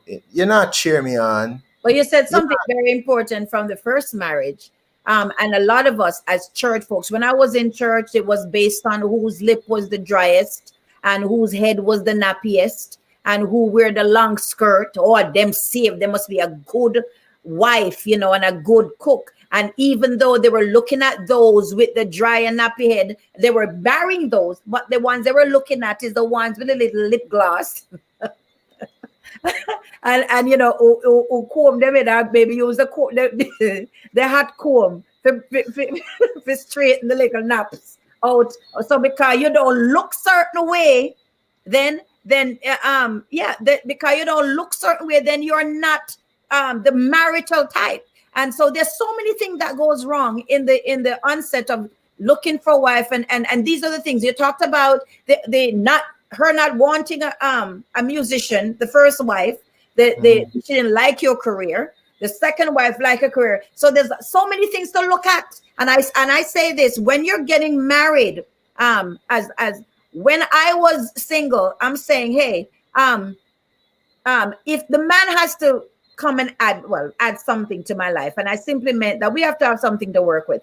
It's not so much about what he does. In my particular situation is different, so I'll leave me out of it, but we can talk about that another time. But I think that many times, because we don't look at the whole picture of what, and I said, if you're going to date somebody in the church, you can't date Tom, Dick, Harry, and everybody. And then you've got to know what you're looking for from the onset. And talking, man of God, is the most romantic thing anybody can do, is to talk and feel like you're a couple and be joined and attached of the minds before you start looking at the wedding ring and the house. People buy a house before they get married, the size ring, do big wedding, and you can't even afford it just for everybody else, and you haven't really sat down and talk. That's why, you know, we have a problem with the sex thing before marriage. We're not going to touch that. It's just a statement. Everybody look at it. Don't even look at it. Hello. I'm warning you. Yeah, thank you. That's why, you know, when you get override in emotion, you don't talk, because your emotions are speaking a whole different language, right? When you haven't even met the man, talk with him. That's the most romantic thing. Women, men, especially men, who don't want talk. Hello? And when I meet a man and him don't talk, that is a red flag. Run. When a man cannot express himself and just I would say, oh, you're too miserable. Anytime you run for your life, if he doesn't want to talk, big red flag. Big red flag. So I remember I told you earlier that I love watching public interviews. I think it's one of the realest things ever, because people just ask random questions and you get to see their initial reaction. And I love people's initial reaction. And I don't love it, because sometimes some initial reaction can throw you off. Yeah. But anyways, this question was posed on one of them. What's your type? Was asked female. And so many female couldn't answer that. I mean, I'm a tall, like light skin or dark skin. Dark skin. Have a good job, have ambition and thing. And, and so, why do I say that? You have different ethnicity and different race. And if you notice, most races stick within their race. There's very few interracial relationships. Well, I shouldn't say few. There's a lot. But most race kind of stick with them own a race, because them either like that or them a try uphold the race and population and that kind of a thing. And I feel like even most Caribbean people, they don't necessarily know what to look for in their race. If you said Jamaican people, they don't necessarily know, like a Jamaican woman don't really know what to look for in a Jamaican man. It's so skewed, and hard working come up as one another type. How is that a type? I say that's fall under ambition and things. So I'm saying all of that to say sometimes people don't even know their type. Sometimes somebody fit, a man would have fit like 60% or 70% of what a woman would want, or a higher percentage, but then she want to change the 25 or the 15 to suit her because it's of the wedding and they don't want to work towards marriage. Again, most men don't talk because, we weren't taught as men sometimes to even show our emotion. We weren't taught to cry.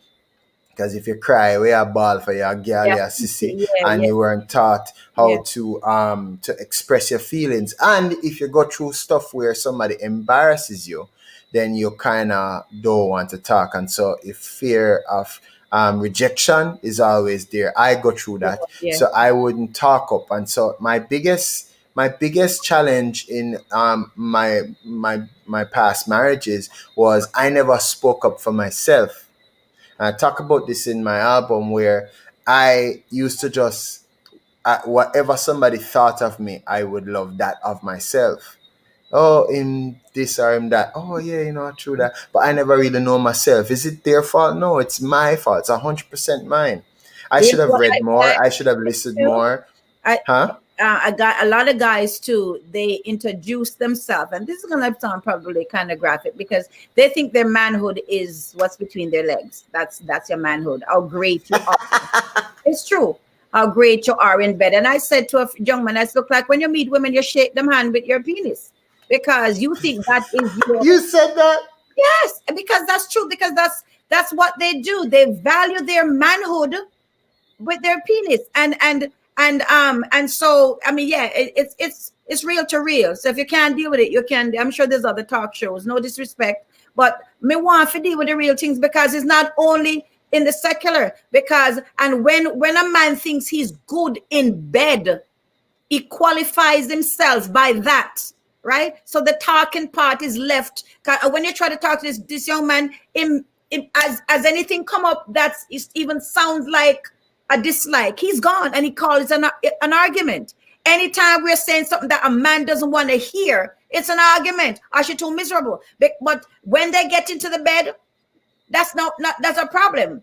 Just that's their area, and sometimes that's the misunderstanding. Yeah, and because you feel that, and so when the woman is not getting what her emotions met, and you come in a bed and you want your thing met, you're not gonna get no cheer. You're not gonna get what you want, and so that's the disconnect right there. And so when me come in and you never notice me have me hair done or whatever, and you come in, why you cook for dinner? And you eat, right? Then you go to your bed and you never give me a little, try to sweep me up before and you're coming. No, has the breeze blow you ready? No, go so, right? And so that's a lot of breakdown. So men need to stop qualifying themselves by how good they are in bed. And I don't know, it could, let me tell you something. To be real, that's one of the biggest problems in our marriages and in the church, because we spiritualize everything.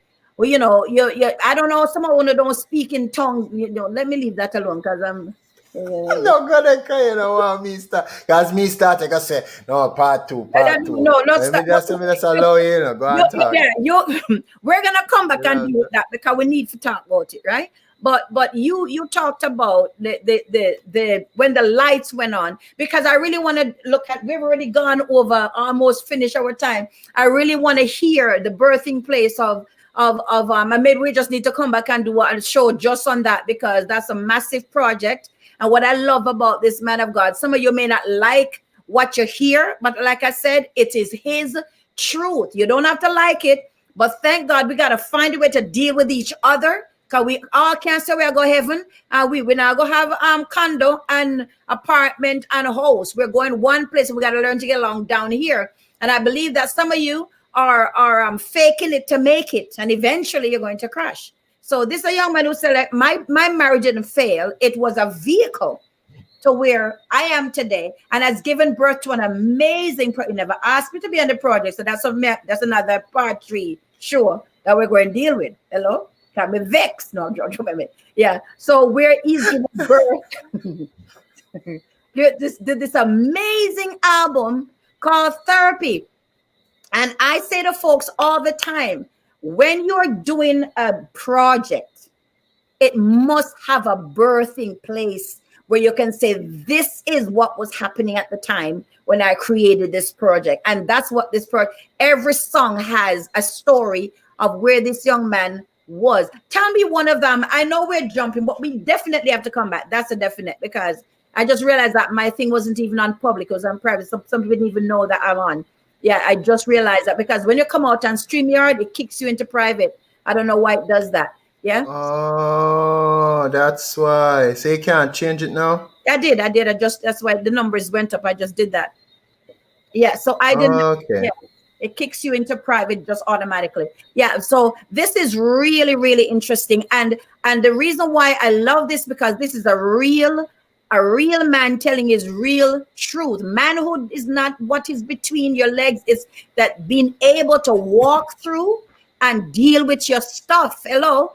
Because we need. So let me tell you about how that man thing they go, right? You Yeah. see, it start a little where sometimes some women, um, this is a general thing though. Some women, if you notice, if you go on Instagram or social media, you see some girl posing, and even if she not pose in scantily clad, she's scantily clad or whatever, Yeah. but she would do like a tree picture, and she do front, side, and she do a back.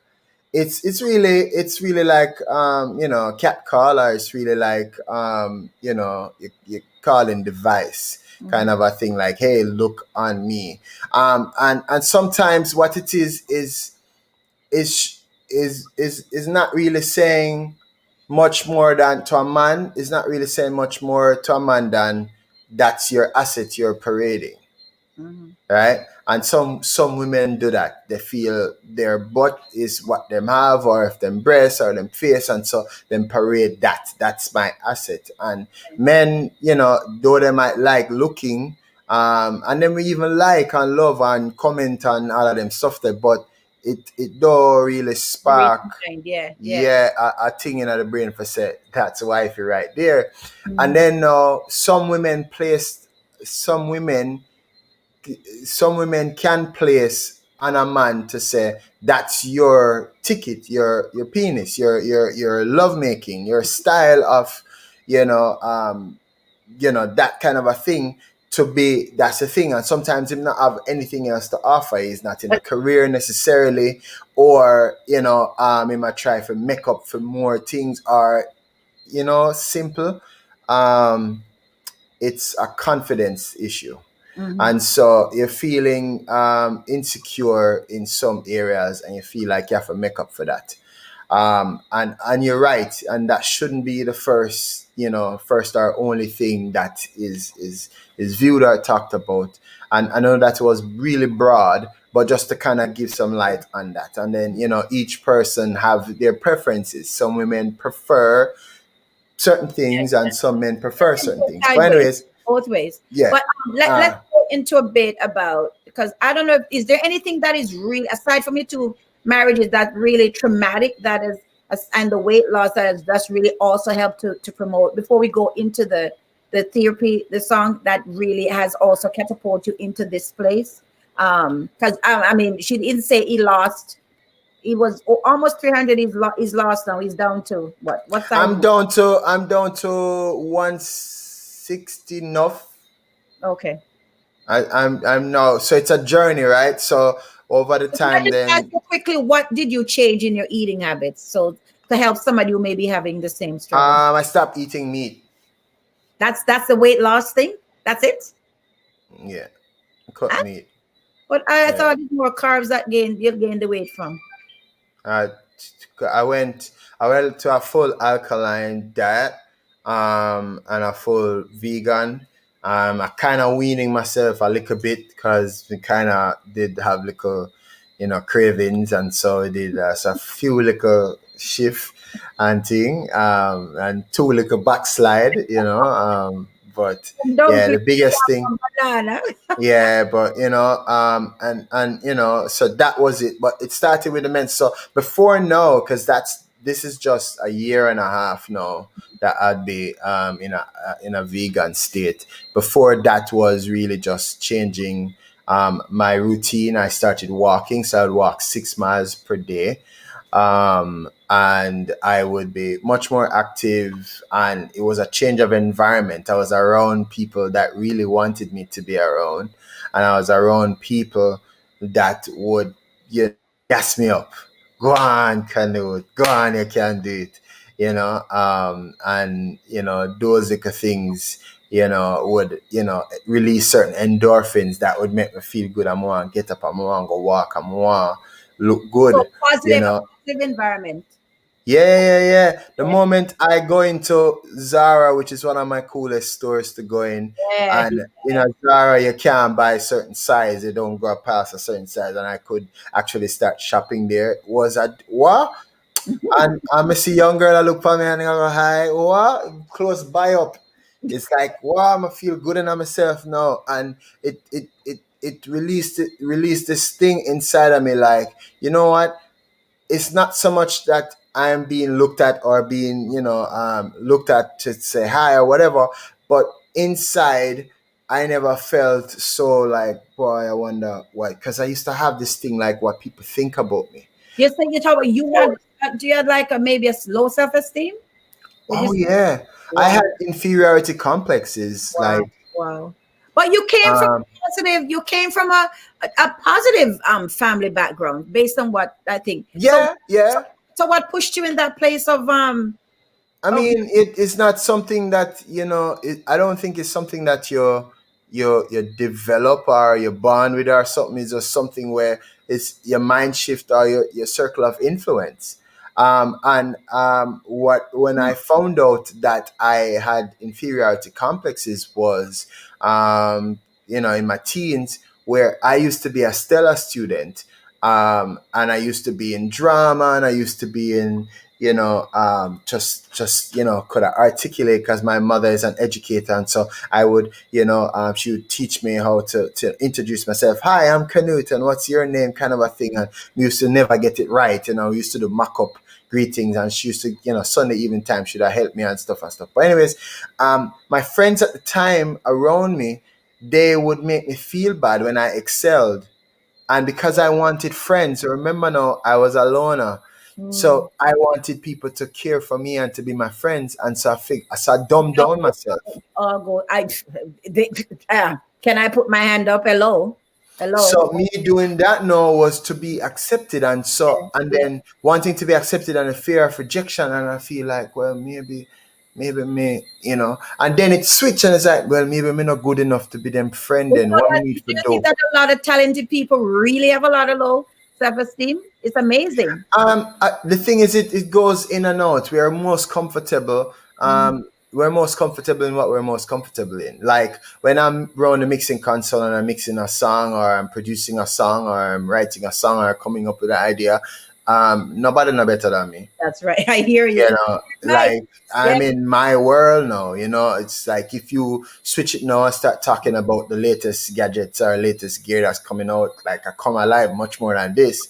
And so this what you're seeing now is a new me, because before I was never outspoken. My social media page was private up until like couple months ago, Like, I mean, probably 2 years ago. I know about you till Yeah, what? nobody. I was so obscured. I was in the background. Nobody. Nobody no know me. Me just thing and me just the background and thing. And then what happened with that was somebody said they was paying me a compliment, and they said, "Oh, Canute, you're the best kept secret."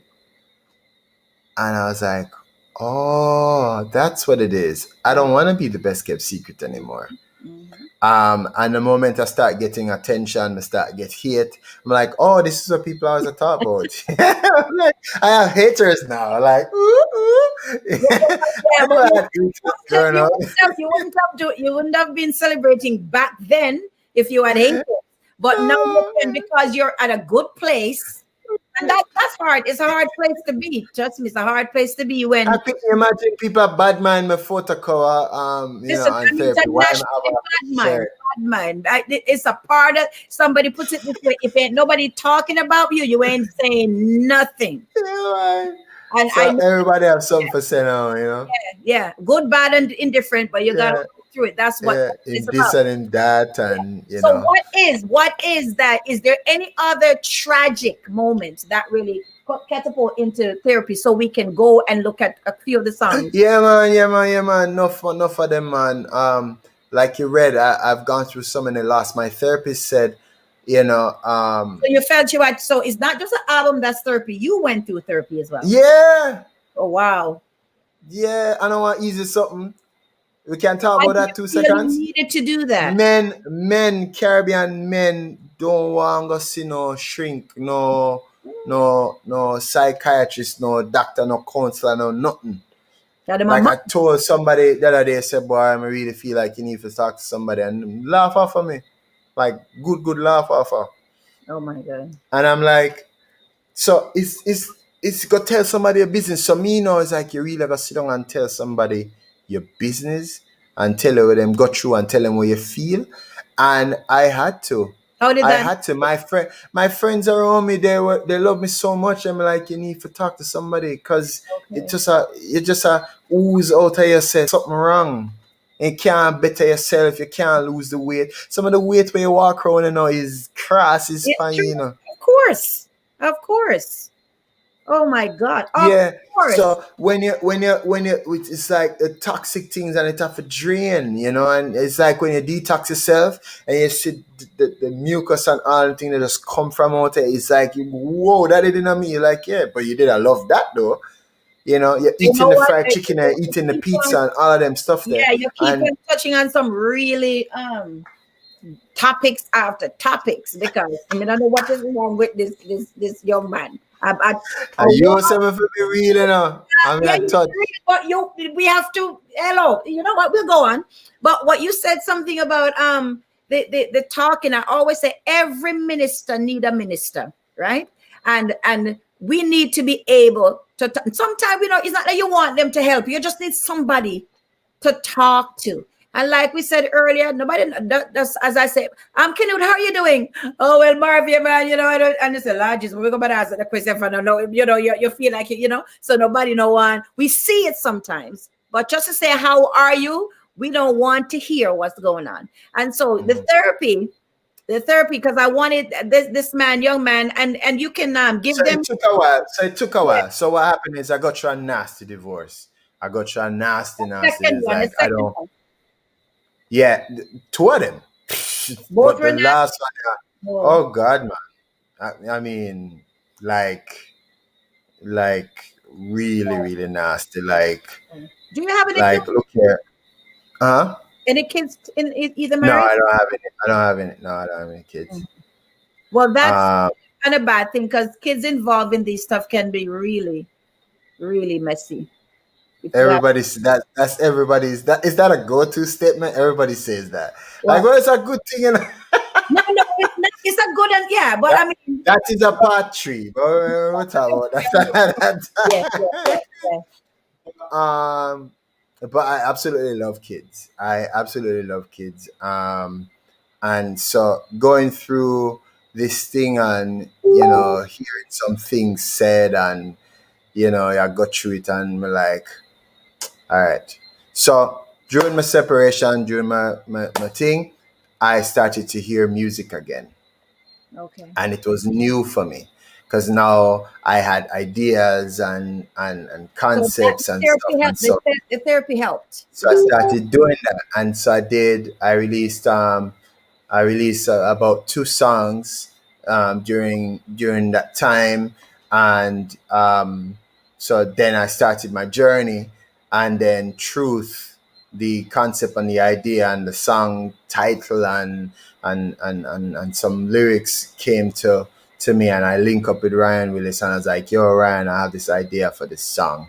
Did you And all the song? basically, Because you don't sing, right? no, truth. No, I don't sing. And Yeah. so let's talk about that 2 seconds. A lot of people like to frowning um on me not oh, I thought you sang on whatever, like as if that's a hierarchy of anything. I don't know if you want like zoom in upon me alone. Let me tell you something. Okay. Everybody have different gifts and talents. You understand? And so just because I can sing a note, don't mean say I am not supposed to be valid, or don't mean say my name shouldn't be on the marquee or on the album. If God give me concepts of a song, which is, hey, the rhythm should go like this, or the song should go like this as a concept, that's my gift. And my other gift is to find the best person to sing that song and to execute that song. That's my gift. So the next person that tries to belittle me, to say that, oh, I thought it was you singing, or so what you do, kick rocks. Because just because somebody sings don't mean that they are the writer of the song, and don't mean that their gift is better than mine. And But you can no, unzoom. No lyrics, no song in it. Yeah, and no concept, no song. Who did have a concept before that talk about don't run from your truth? And when you listen to the lyrics, it's all that's talking about my life. Ryan put that so great. You know, he took the brief, and you know he's very talented and very skilled, and to put that together, you know, to embody exactly what I was going through. And what it says is, don't try to hide it. Don't make nobody take it from you. That's what's happening to me in my life. And for us to be here now, for me talking about these journey, them getting honorable mention, they're fortunate to get honorable mention. They played a part in my life, and we give thanks and learn and move on. You know, here tell us move on. Yet it's done. Wait, I go now. We're glad because you brought me to this point because I needed to be into this journey. And so when somebody pronounce death on you and pronounce failure on you and jeer when they think or hope that you're going to fail and lose everything and try to take everything, no, look at me now, when them treat me less than good, put me in a box like a rectangle. Oh, okay. I don't want to get too serious, but you have to rise above that, and it simply means if you go through journey and you break up and move on and have to go. I went through public humiliation and slandering and social media, and the hottest thing, seeing people where would supposed to be my friend too, our mutual friends, they taking sides and doing on posts and memes and all of them thing there, and everybody kind of quiet. And the funniest thing in all of that, how much of them come back now on a link. Wow, go on, man, you look like you're happy now, man, and thing. Church folks? I mean if a church folks. So hold on, hey, a nice set of people, Hello. A nice set of people. To this, You said this thing, the church is like a hospital, right? Yeah. A hospital of sick people that look on your sickness and validates their sickness to be higher than you. That's what disgusts me. Like me coming in and my sin not so grave like yours. Your sin is you have a child out of wedlock, or make a nice it up out of wedlock, or you breed for somebody on your backbench. But mine is my sin is not that. But we're gonna scan you and backbench you. Everybody for them on backbench too, all the pastor them too. Cause nobody is faultless, nobody is sinless. And I tell somebody this, that if you dig long enough and hard enough, you can find something upon somebody where them not live right. And if your walk is daily walk with God, then nobody should point out any failure along the way that you go through, or any journey that you never really get so quite right in their eyes. Because guess what? Them nah go through the same thing where you go through. So if it's a hospital, you dead in the ward too, So just because you're in ICU don't mean say you're worse than me where I walk around with the drip. That's right. The whole of we did is sick and want to go through. So until we get over this thing about, and this thing about save and unsave and that kind of a thing, like being saved gets you to heaven closer. Promote God more so than more coming together. We promote a lot of division in our statements, even when we use the Bible, and this is what is this about. We've got to get it together as a church, especially in this crazy time of COVID. And let me say this to you, Canute, you're helping a lot of people. The numbers, you're helping other people, and this is going to be heard and replayed, because I love my Caribbean men. I love my Caribbean men, and I love to see them whole and be able to. I make the statements that probably don't make any sense. I think a man who is able to cry when he's hurting, I think that's the strongest thing any man could ever do. We're not talking about ball when he's like a baby, but when he's hurting, him just allow himself. But I mean, a ball everywhere, like a bit, you know what I mean. But if he comes home and he's hurting and he's crying, that's him. Don't disrespect him and say, what are you? Those kind of things. You're gonna crush that man, and sometimes not every man can get up from that crush. Some of them, like Canute says, it's a journey, but some of them the journey stops right there from that one statement or from that one marriage. So where you at now? Before we go into a couple of your songs, would you be married again?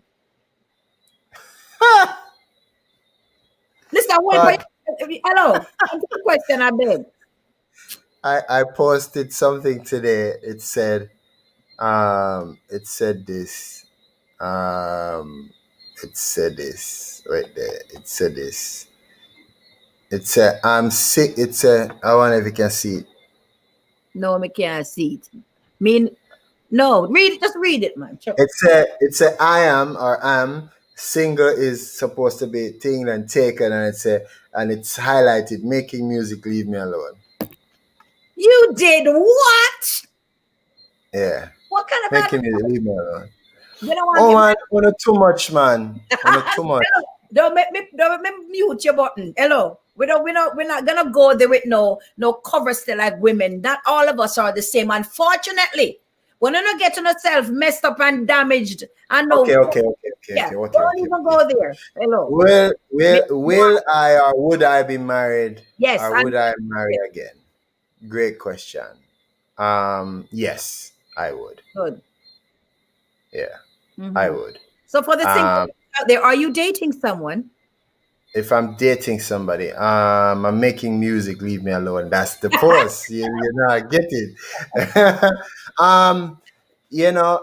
You talk about this. So I'm not deflecting, right? So we'll come back to that. You talk about this, date. I think people should date people. It's a thing in Jamaican culture where go out on dates and you say, well, should I go out on date with Tom, Dick, and Harry? Nothing is wrong with a date. And here's where it gets real, right? Going on a date with somebody, man go on a date with a girl go on a date with a man, right? Don't mean say she want near me mouth, and don't mean say him a go get something. Him now get no, thing. Them now go do the big people something. It don't mean say she loose, and it don't mean say him is gallus. It just means that them seeing if them like each other. In other cultures, they go out and date. Now, in other cultures, they have this rule, and a lot of people are going to peep some game. A lot of people don't know this rule.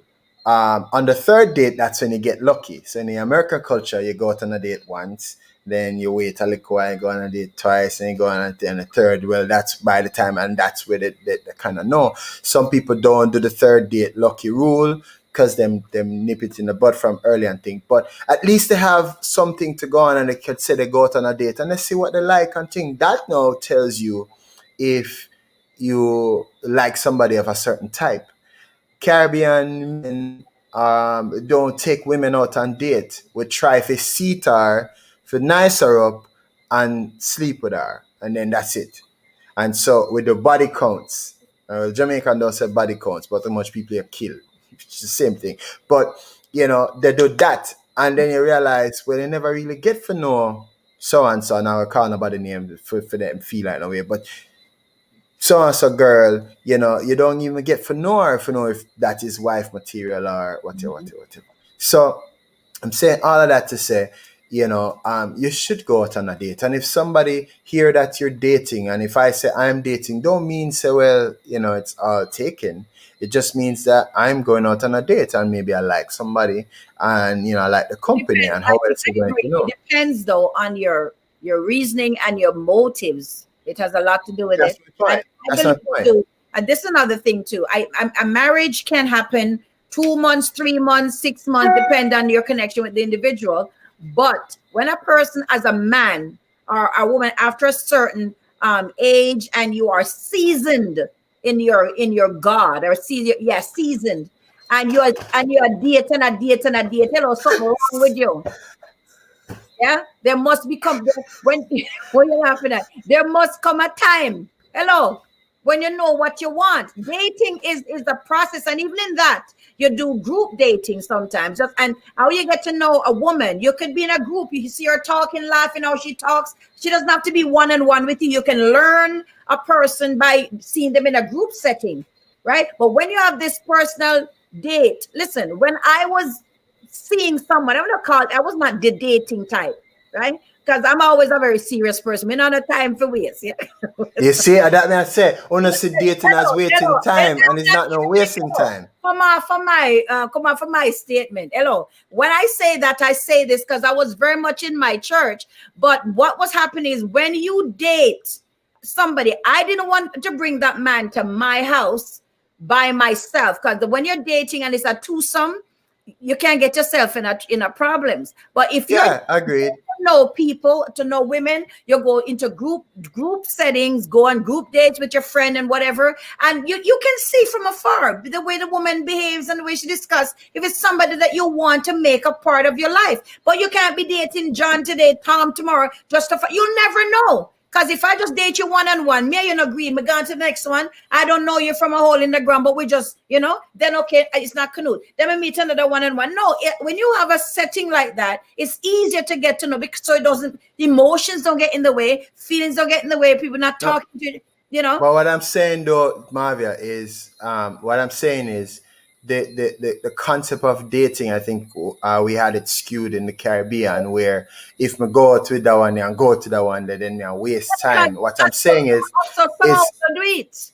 yeah, but what I'm saying is boundaries. It's Yeah. boundaries to say, well, I want to get to know you, and here's why. And so when you ask me if I'm dating or would I get married, you see, almost everybody know when them everybody I look for a ring now. Yes, sir. Yeah. And the moment I go out with them, is like you start get the nudge, or you start get the I want to get married kind of a thing. And I'm like, been there, done that, and that's not how it's gonna work again. You're gonna have to stimulate me, Yes, my yeah. brain, Yeah. and that kind of a thing. So why am I saying that? I'm saying that for people where if they feel pressured and feel like, where all of a sudden now them feel like they want a husband, and all of a sudden Canute looks like husband material.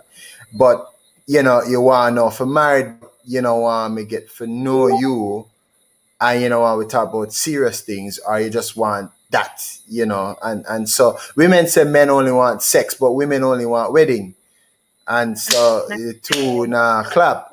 When you You say women, understand?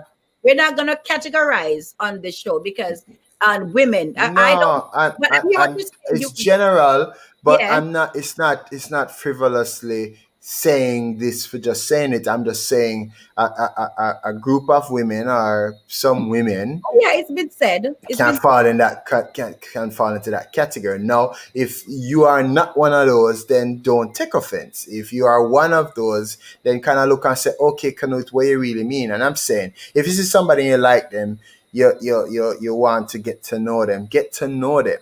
Not in the back of your head, boy, I want to pop the question. Somebody And asked a question earlier about how many times, which is not even a Christian allowed to get married. But I whoa, really. whoa, whoa, give me that question. What you say? Oh, no, This is juicy. no, Well, no, how many times a Christian no. allowed to get married? Your time is up. But I'm No, gonna. I want to zoom in the what? No, no, no, I want this, please. I beg you. no. The This be time my closing thesis. because this is. We're gonna come back. We're gonna schedule you again. We're actually I hopefully. want to answer this question. No, you're not answering it. This is my Marvia Wendy, as you talk about. Question then. I want to pose a question to your listeners. I absolutely love the show. I didn't even notice time go by so fast. And me and you, anytime me and you chat, we chat for hours on end. So I don't know why we never come here and go 2 seconds span this, 5 minutes span that, and think we should really do that. Because we just throw spaghetti on the wall and see what stick on. But um, going through a divorce don't make you scarred or scorned. I don't know if people still look on it like that.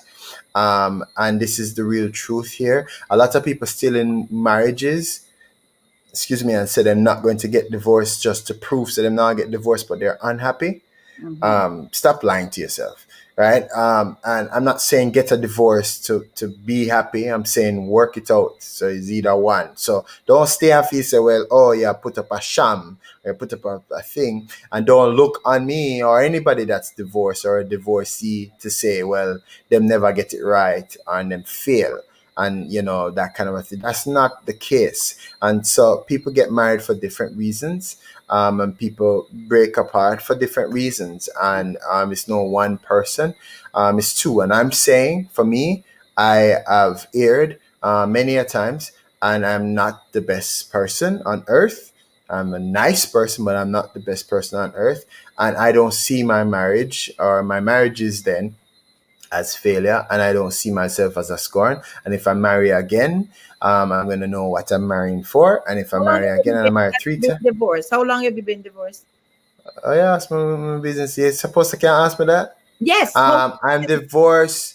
I'm divorced now 2 years, I think. okay, so it's Officially, yeah. really, I'm separated I re, I six, really, what we know, 2020, 6 years, yeah. Woohoo! Free yeah, man. yeah. Well, I am. Yeah, I'm about 6 years now. Anyhow. So, in regards to, I really want to just because we are coming back, but I really want to get the foundational preparation, give me a synopsis of how this project came about because I was one of the persons you had on when you were doing the review of the album, and I thought it was so powerful what I was Yeah. hearing, and I'm a big believer in everything that we do. We must have direction from God, definitely, and Mm-hmm. it must speak because no testimony. You have to have something to say. You can't keep on a quote scripture until Jesus come and whatever, and you know have no testimony.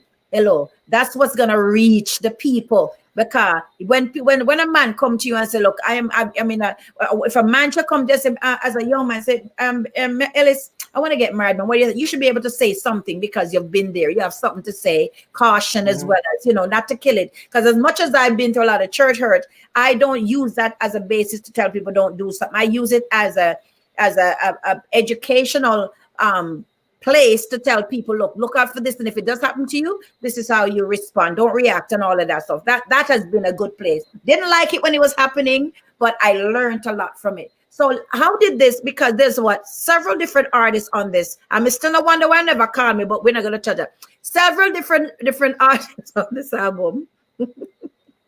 Right? And him never Marvin, let me talk your business, that's another topic. Never call me, yeah. So several different people on this album. How did that come about? I mean, that's a whole lot of pulling together, man. And how long did this take? Because to do I that, do it so well. So therapy was in my coming out was Scroll V3 last year. I released that, and that was considered in 10 different categories in the Recording Academy, the Grammys. And that felt good because for 10 years I never released anything, and then I finally just take my thing in my hand, my thing meaning my things in my hand, and turn make fashion. And so putting that together, and that was a street gospel project, and then that was done. And so the vault still had Truth that wasn't there. It still had State Shift and some other songs. And so going through therapy, I was like, this is what I'm going to call it. And so therapy isn't a gospel album. It's an album that's talking about somebody going through therapy, and these are the songs that has gone through their life. And so Maria greatly described it. And so when you hear a song like Smile, a song that says, when you see me smiling, it ain't all sunshine and roses, but God so never failed me yet. Tell me one of your. So, I mean, everything is, but something. I My know favorite song that really rings up to me all the time, I have a couple, it's not just one, would be Drench. Okay, Is one of my favorites. That and play it for us as to Yeah. where. Drench is definitely one of my favorite songs. And the reason for that is, how it came about. And let me see if I can find it real quick. How it came about. Oh, here we go. How it came about and just what it means to me. Let me make sure I got you all set up. I think I still do, right? You hearing it just now? No, give me the intro to the song. Where did that come from? Oh, so Drench was me, Latoya Hall, Hopeton Hibbert, which is Toots Hibbert's son, and we kind of just actually I was teaching Hopeton software how to make music, and it's he was recording with his camcorder, and I was showing him, and so obviously it was a show and tell, and so I was making a drum pattern, and he plays bass. And we're there late in the studio one night, and we just make a demo, and then we just make a demo for show him what the program can do. And so this is what we came. And so Latoya was there, we sent her in the studio, she sang it, and we came up with it. Hey, sing this, da, da, da, da. And song says, if you know it's right, and yes, and it feels all right, if you just do it. And it just, it's a good vibes. The vibes where you're on vacation on the beach and you just, just easy back and you hear a nice like a song and thing. And so Rohan Reed plays the guitar on there, and I absolutely love this song. This is definitely one of my favorites. Okay. Let me play it for you.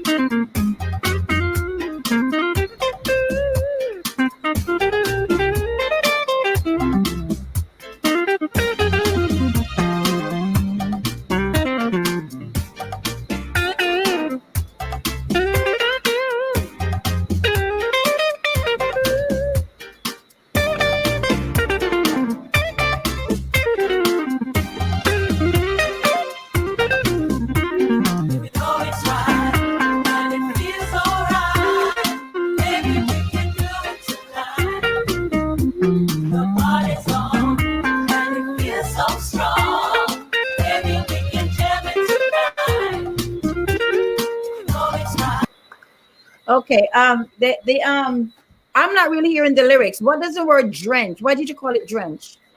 Cause you drench, just get you drenched in either sweat or in emotions. That's the meaning.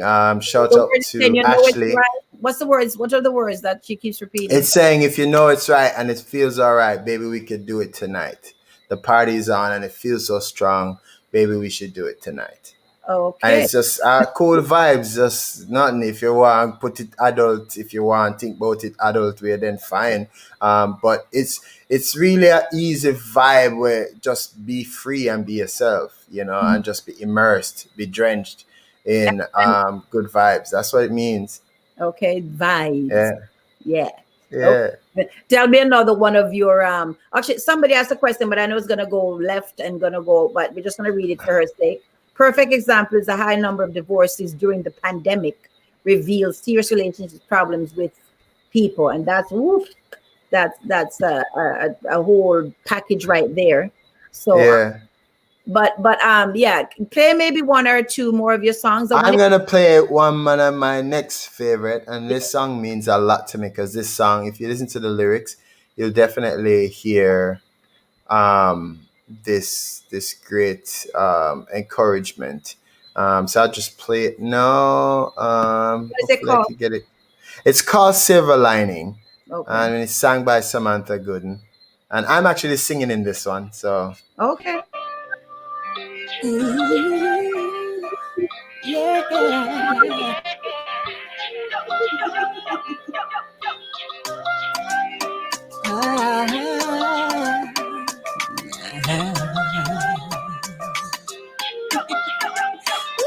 Every day I rise again to see the sun shining down on me. Clouds with silver lining.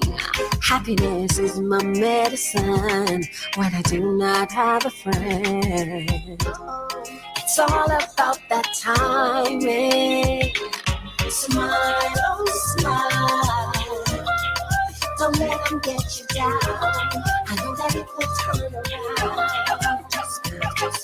Smile, oh smile.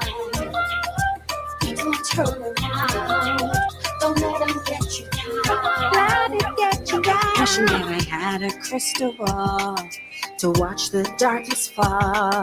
I hope with every heartbeat, keeping my focus on my dream, I can do anything. I will not suffer defeat. Smile, smile, smile. Don't let it get you down.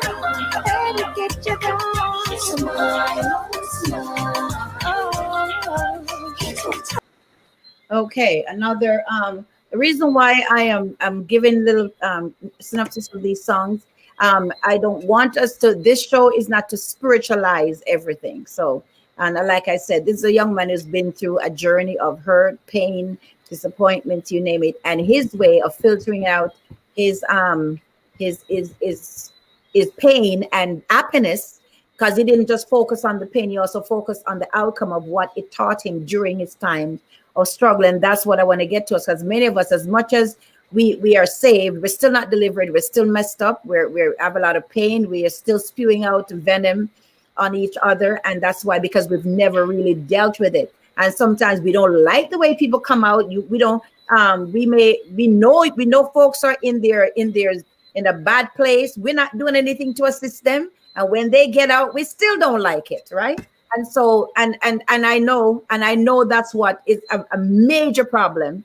We one of the things that I don't know if you've experienced this, Canute, is when you're doing well, but people come and say, man, you're doing great, humble yourself. It's not a compliment, eh? It's not a compliment.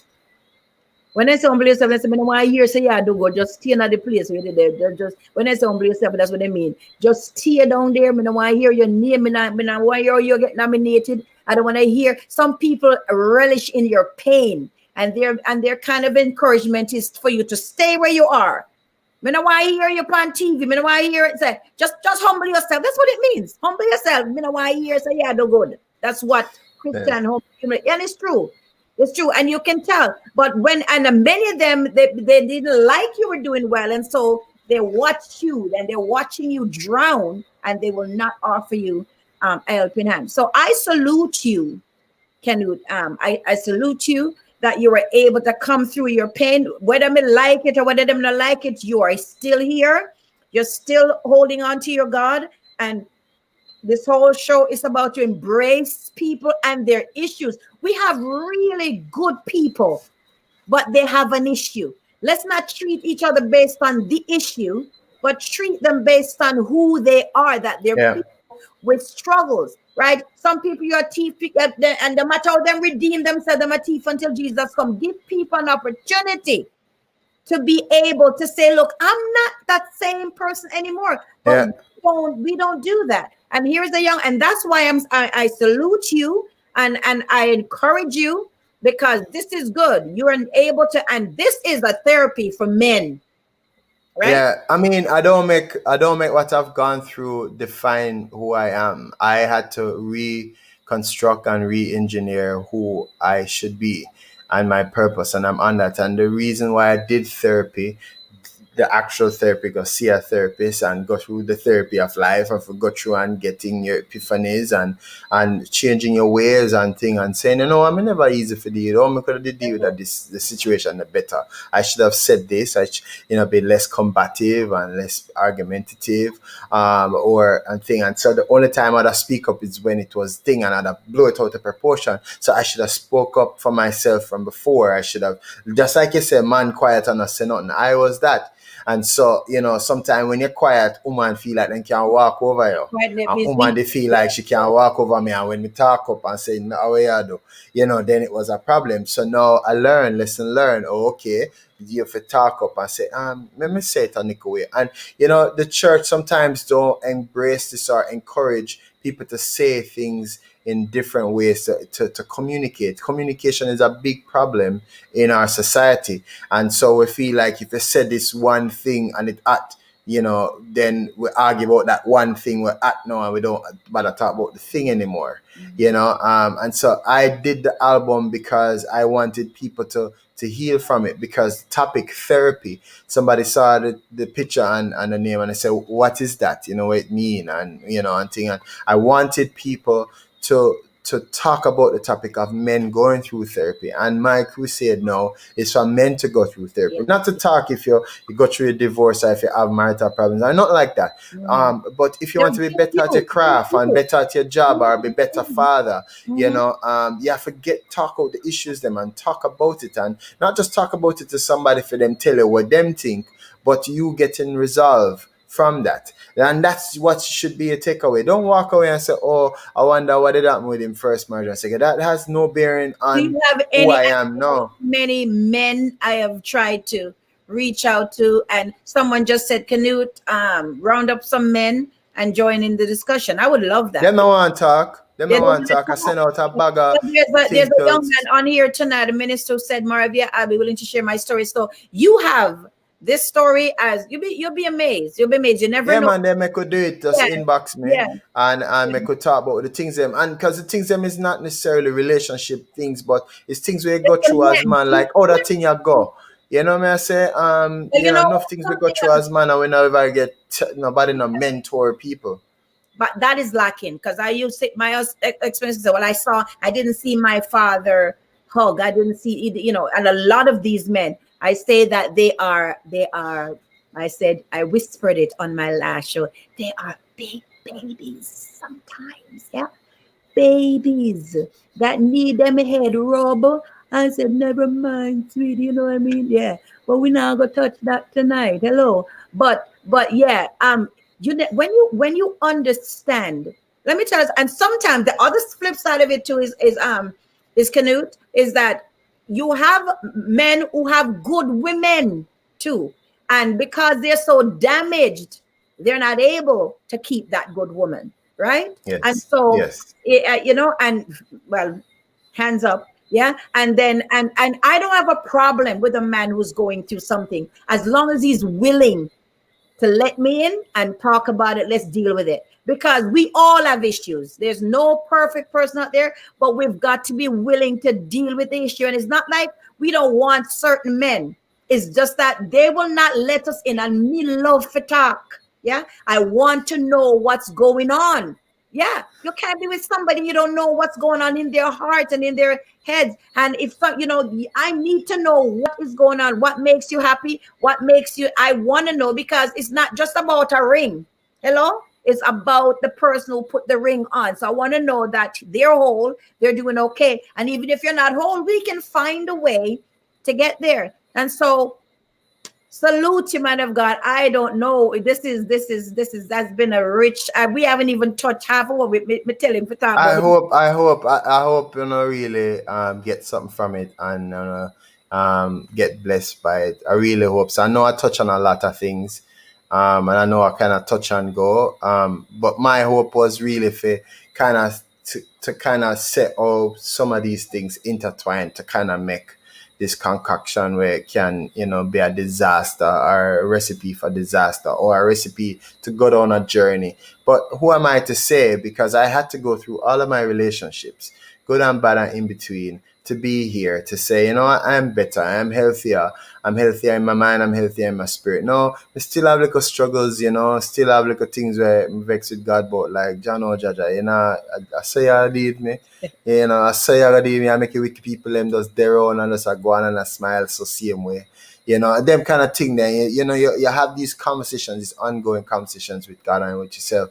And so I'm going through that, as a church, I say, pray for me while I pray for myself, very selfishly, and my hope is that people will have this conversation. So if you're home and you want to have this conversation, bring your both in, your brother, your father, whoever, male in your life, make them have this conversation. And one last thing I'll say to this, men just want to be heard. It's not just all about sex. So does the women. Yeah, and that's true. Most men don't realize that the way to get to a woman is to meet her there and to be emotional with her, Both parts. But I want to say something before you go. One of the things I've always sit back and really blows my mind is that how come people can remarry? I'm terrified to go a second round. And just what does that mean? How hypocritical are you? Because you asked me if I will be married, on the spot and ask me for I bet, and would, then you gonna tell me say second time around like it's a merry-go-round. no. It's just that I've always sat back and see those 2, 3 marriages, and it's like, they don't. It's so easy. So that's why I ask you. And No, don't say that. No, you can't say that. So, no, say eh, it so. no, Having gone through is not no no, easy. Some no, I'm not referring to you. I'm just talking about the remarriage aspect of things, and because, like you said, when you got married the second time, you didn't want to go to searching. divorce. Yeah, you didn't want You're to. searching. You're searching when you get married with somebody, and when you're being with somebody, you're searching for either love, or you're searching for something that you've either seen in your life or never see, or both. You understand? So when you said this is the person, and then sometimes it's peer pressure to like what happened to me. Sometimes you see a friend them, or sometimes the woman appreciate too. Sometimes so many times you see that somebody go with it too little time, and all of a sudden them a drop hint, more marry. And then them use this little thing where if them to say interested in them a certain way, them hover the affection and everything else goes along with that, to say you're not going to get that until you get married, as if to say it's a trade-off. And so all these things, in relationship, yeah, if you don't point to like me, I have no filter, so I just go straight for it. I be like, yo, that's if you think say that's what life is all about. No, and then we turn it into a teachable moment, because it's not just getting somebody and them fit the description of who your husband should be, then they're your husband, but you have to work towards it. It's, You know what I mean? I say, how good are you with money management? How good are you with power? What if me working and you not work? What if you are work and me not work? How you work with that? What if when we do get married and we're having sex and one we have an issue, whatever the issue is, or likes or dislikes, how you deal with that? Nobody is willing to talk through those things and work through those things. It's really just, oh, I want to get married, so I can tell everybody someone get married. Don't look cute. it's built on emotions, and it's built on the what you call what marriage, how people see marriage. It's Exactly. the real Exactly. work start when you say, everybody gone Exactly. home, you say your I do, and your 200 gone now starting. That is when the real marriage start. You're gonna realize, oh, all that glamorous stuff, that's not what it's about. I Yeah. often So two people, you come together now with somebody where go through stuff now, Marv, yeah? Right? And them go through stuff, and them make up in them mind. So look here now, me want a relationship where me can rest my head on our shoulder and know say I eat this. And you want the same thing. Then no match made in heaven that. How you gonna know if you're so skeptical? You're not gonna, you understand me? I say, but me not tell somebody say rush into it. I'm just saying only way you're going to know is if you have dialogue, and if you talk about the issues. Like for me, I'm talking about issues I've gone through. Now, I now make it be a party pooper. If I go on a date, then may I talk about my past issues. No, men don't do that. Women don't want to hear about your ex. They really don't. yeah. Yeah. And a man don't want to hear about it. It's hard enough for a man even think about, especially if him love you, that you could be with somebody else. You know what I say? Because then, especially if him deal with, like insecurity issue, you might feel, well, maybe you're going to want back your ex and them kind of thing there. But you have to be grown about your conversations. Yeah. You're comparing, so that no, they don't want to be compared to anybody else, past or present. Yeah. So communication is huge. It's really, really huge. And if you have good communication, that's half the battle. That is half the battle. Because when you're talking, sometimes the things that you're saying, but even in your mannerism, you're speaking volumes. So wow. So can you? Oh my God, you want to? I don't even know how to end It's this. 3 a.m. in Hey Faye, you're up at Wait 3:30. today. Where is she at? He's in England. Oh yeah, my girlfriend is in England. She's on here too. So Oh wow. yeah, so yeah, man. But yeah, guys, please continue with the comments. Let us know what you want to hear. Like I said, I don't know everything. It's just really an awareness program. This is to let people know that there are things that needs to be addressed. We have to be able to embrace the whole man. Not because me like you for this and me like you for that, or because you're gifted and you can come and play my church and come sing in my church. There's a package wrap that thing is wrapped And up. up on Facebook, enough I have enough views. Yeah, no, I'm a real person, yeah, that have issues, and I need all, yeah, we all need the support of each other. So we can't be selfish, man. We can't be selfish. We need to break down every wall, break it down. It not work. It's not working. And people are dying in the midst of us going to heaven. People are just dropping dead, by the way, because, and the thing is, what hurts me may not hurt you, and vice versa. What you're strong with may be my weakness. So we've got to be able to walk each other along. I talk about the what's it, Cain and Abel, the Cain spirit that's in the church. Cain, when Cain was asked was his brother, him say, am I my brother's keeper? That's the church behavior. This Cain spirit, we don't care, you know, we don't want, I was cannot do it, I don't know, you know, whatever, those kind of things. We can't operate like that. We gotta get it better. We gotta do better. We got to do better. But we definitely will be coming back. We'll book another time, and we're going to try and get Let me know when. Yeah, we're going to try and get another gentleman on here. And actually somebody already came on and said they want to come and share their story. So if you know somebody was like, this is not just any story. When we walk away from here, it should minister to somebody. It should really touch somebody's heart to promote change, to help them feel like they're not by themselves. Hey, somebody else is actually going through the same thing with me, and your testimony can help them. Okay, so check back with us. Neil, man, love you like food. We fight behind the scene, but hey, we're all love here. Yeah, man. I love Marvia so much. Yeah. Marvia is real. You hear me tell you? And I always love people tell it like it is, you know, really, and that's really Marvia. And so thank you for having me. And thank you. I really appreciate have your back. And please give them some information about where I think you were nominated recently as well. This album? No, it wasn't nominated. It was considered nomination. So, fun fact, they just said this year's Grammy was the largest entries, over 23,000 entries for consideration, and we were a part of that. So, I mean, I thought it would have been less because of COVID, right? But you know, they're saying it's the highest in history of entries, and so you know, feel good. We're in 5 categories considered. My nomination came in 2011 for a different project, and so though I'm Grammy nominated and I have other awards in the gospel fraternity, we're still doing work, not because we get nominated or want to get nominated or win. We just do it because we love it, you know. And so yeah, so you guys could check out my album. Yeah, I recommend this album for if you have a young. Oh yeah, definitely. A lot of people. Your stuff, please. Yeah, it's everywhere. It's on Spotify. It's on YouTube. It's on Deezer. It's on Tidal. It's on Amazon. It's on Google Play. Anywhere, any platform where you listen to music, it's there. There's a couple of videos that's out as well. Just go on my page, Canute Ellis. Or Canute Neil Ellis. So on my YouTube is Canute Neil Ellis. Facebook is the same. Instagram is the same. Follow me on Twitter is the same. So follow me, subscribe, and you get to be the first to see the videos, them and stuff. Check me out on Sunday nights with Culture Shock. And not giving you, you know, Paula Thomas.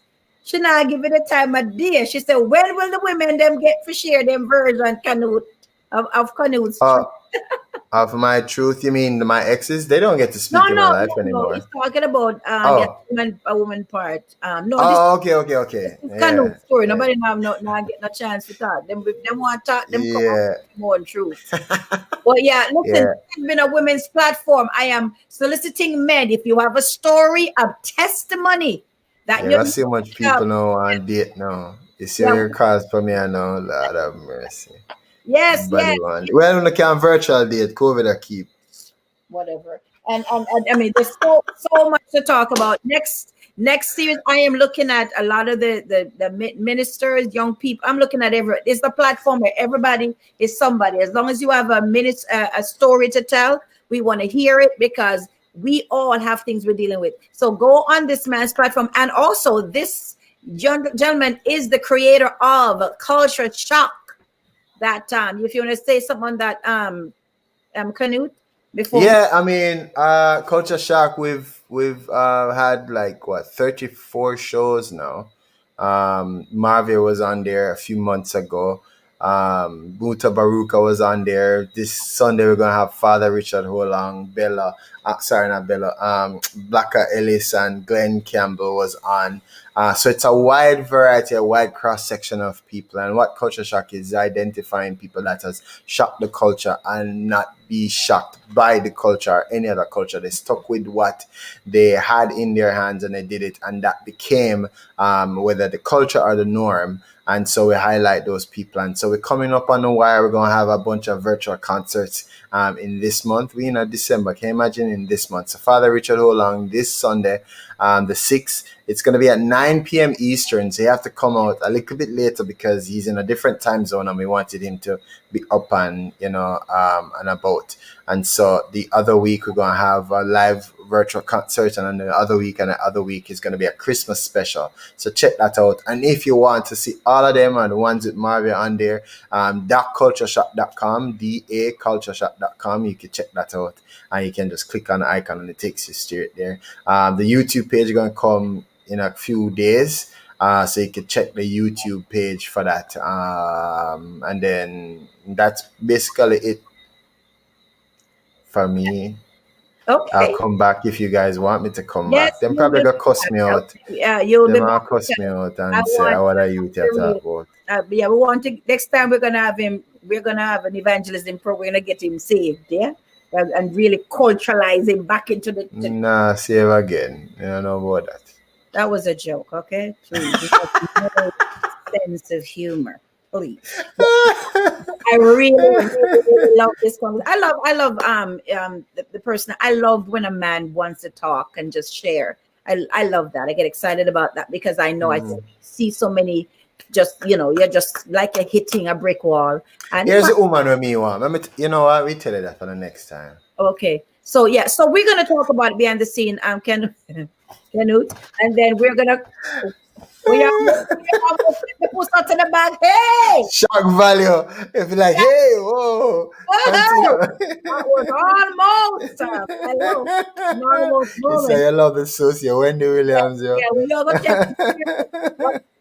I mean, I'm excited, really excited about what's going to be happening in these next series coming up. Hello. We're not here to expose or to bring down anybody, just to share your story, to let people know that it's okay to be okay, be okay in your own skin. It's all right. And to accept who you are in Christ Jesus. Love you, man of God. Love you, and continue. You can put your stuff in the link, where they can follow you, all the stuff you can type down later on.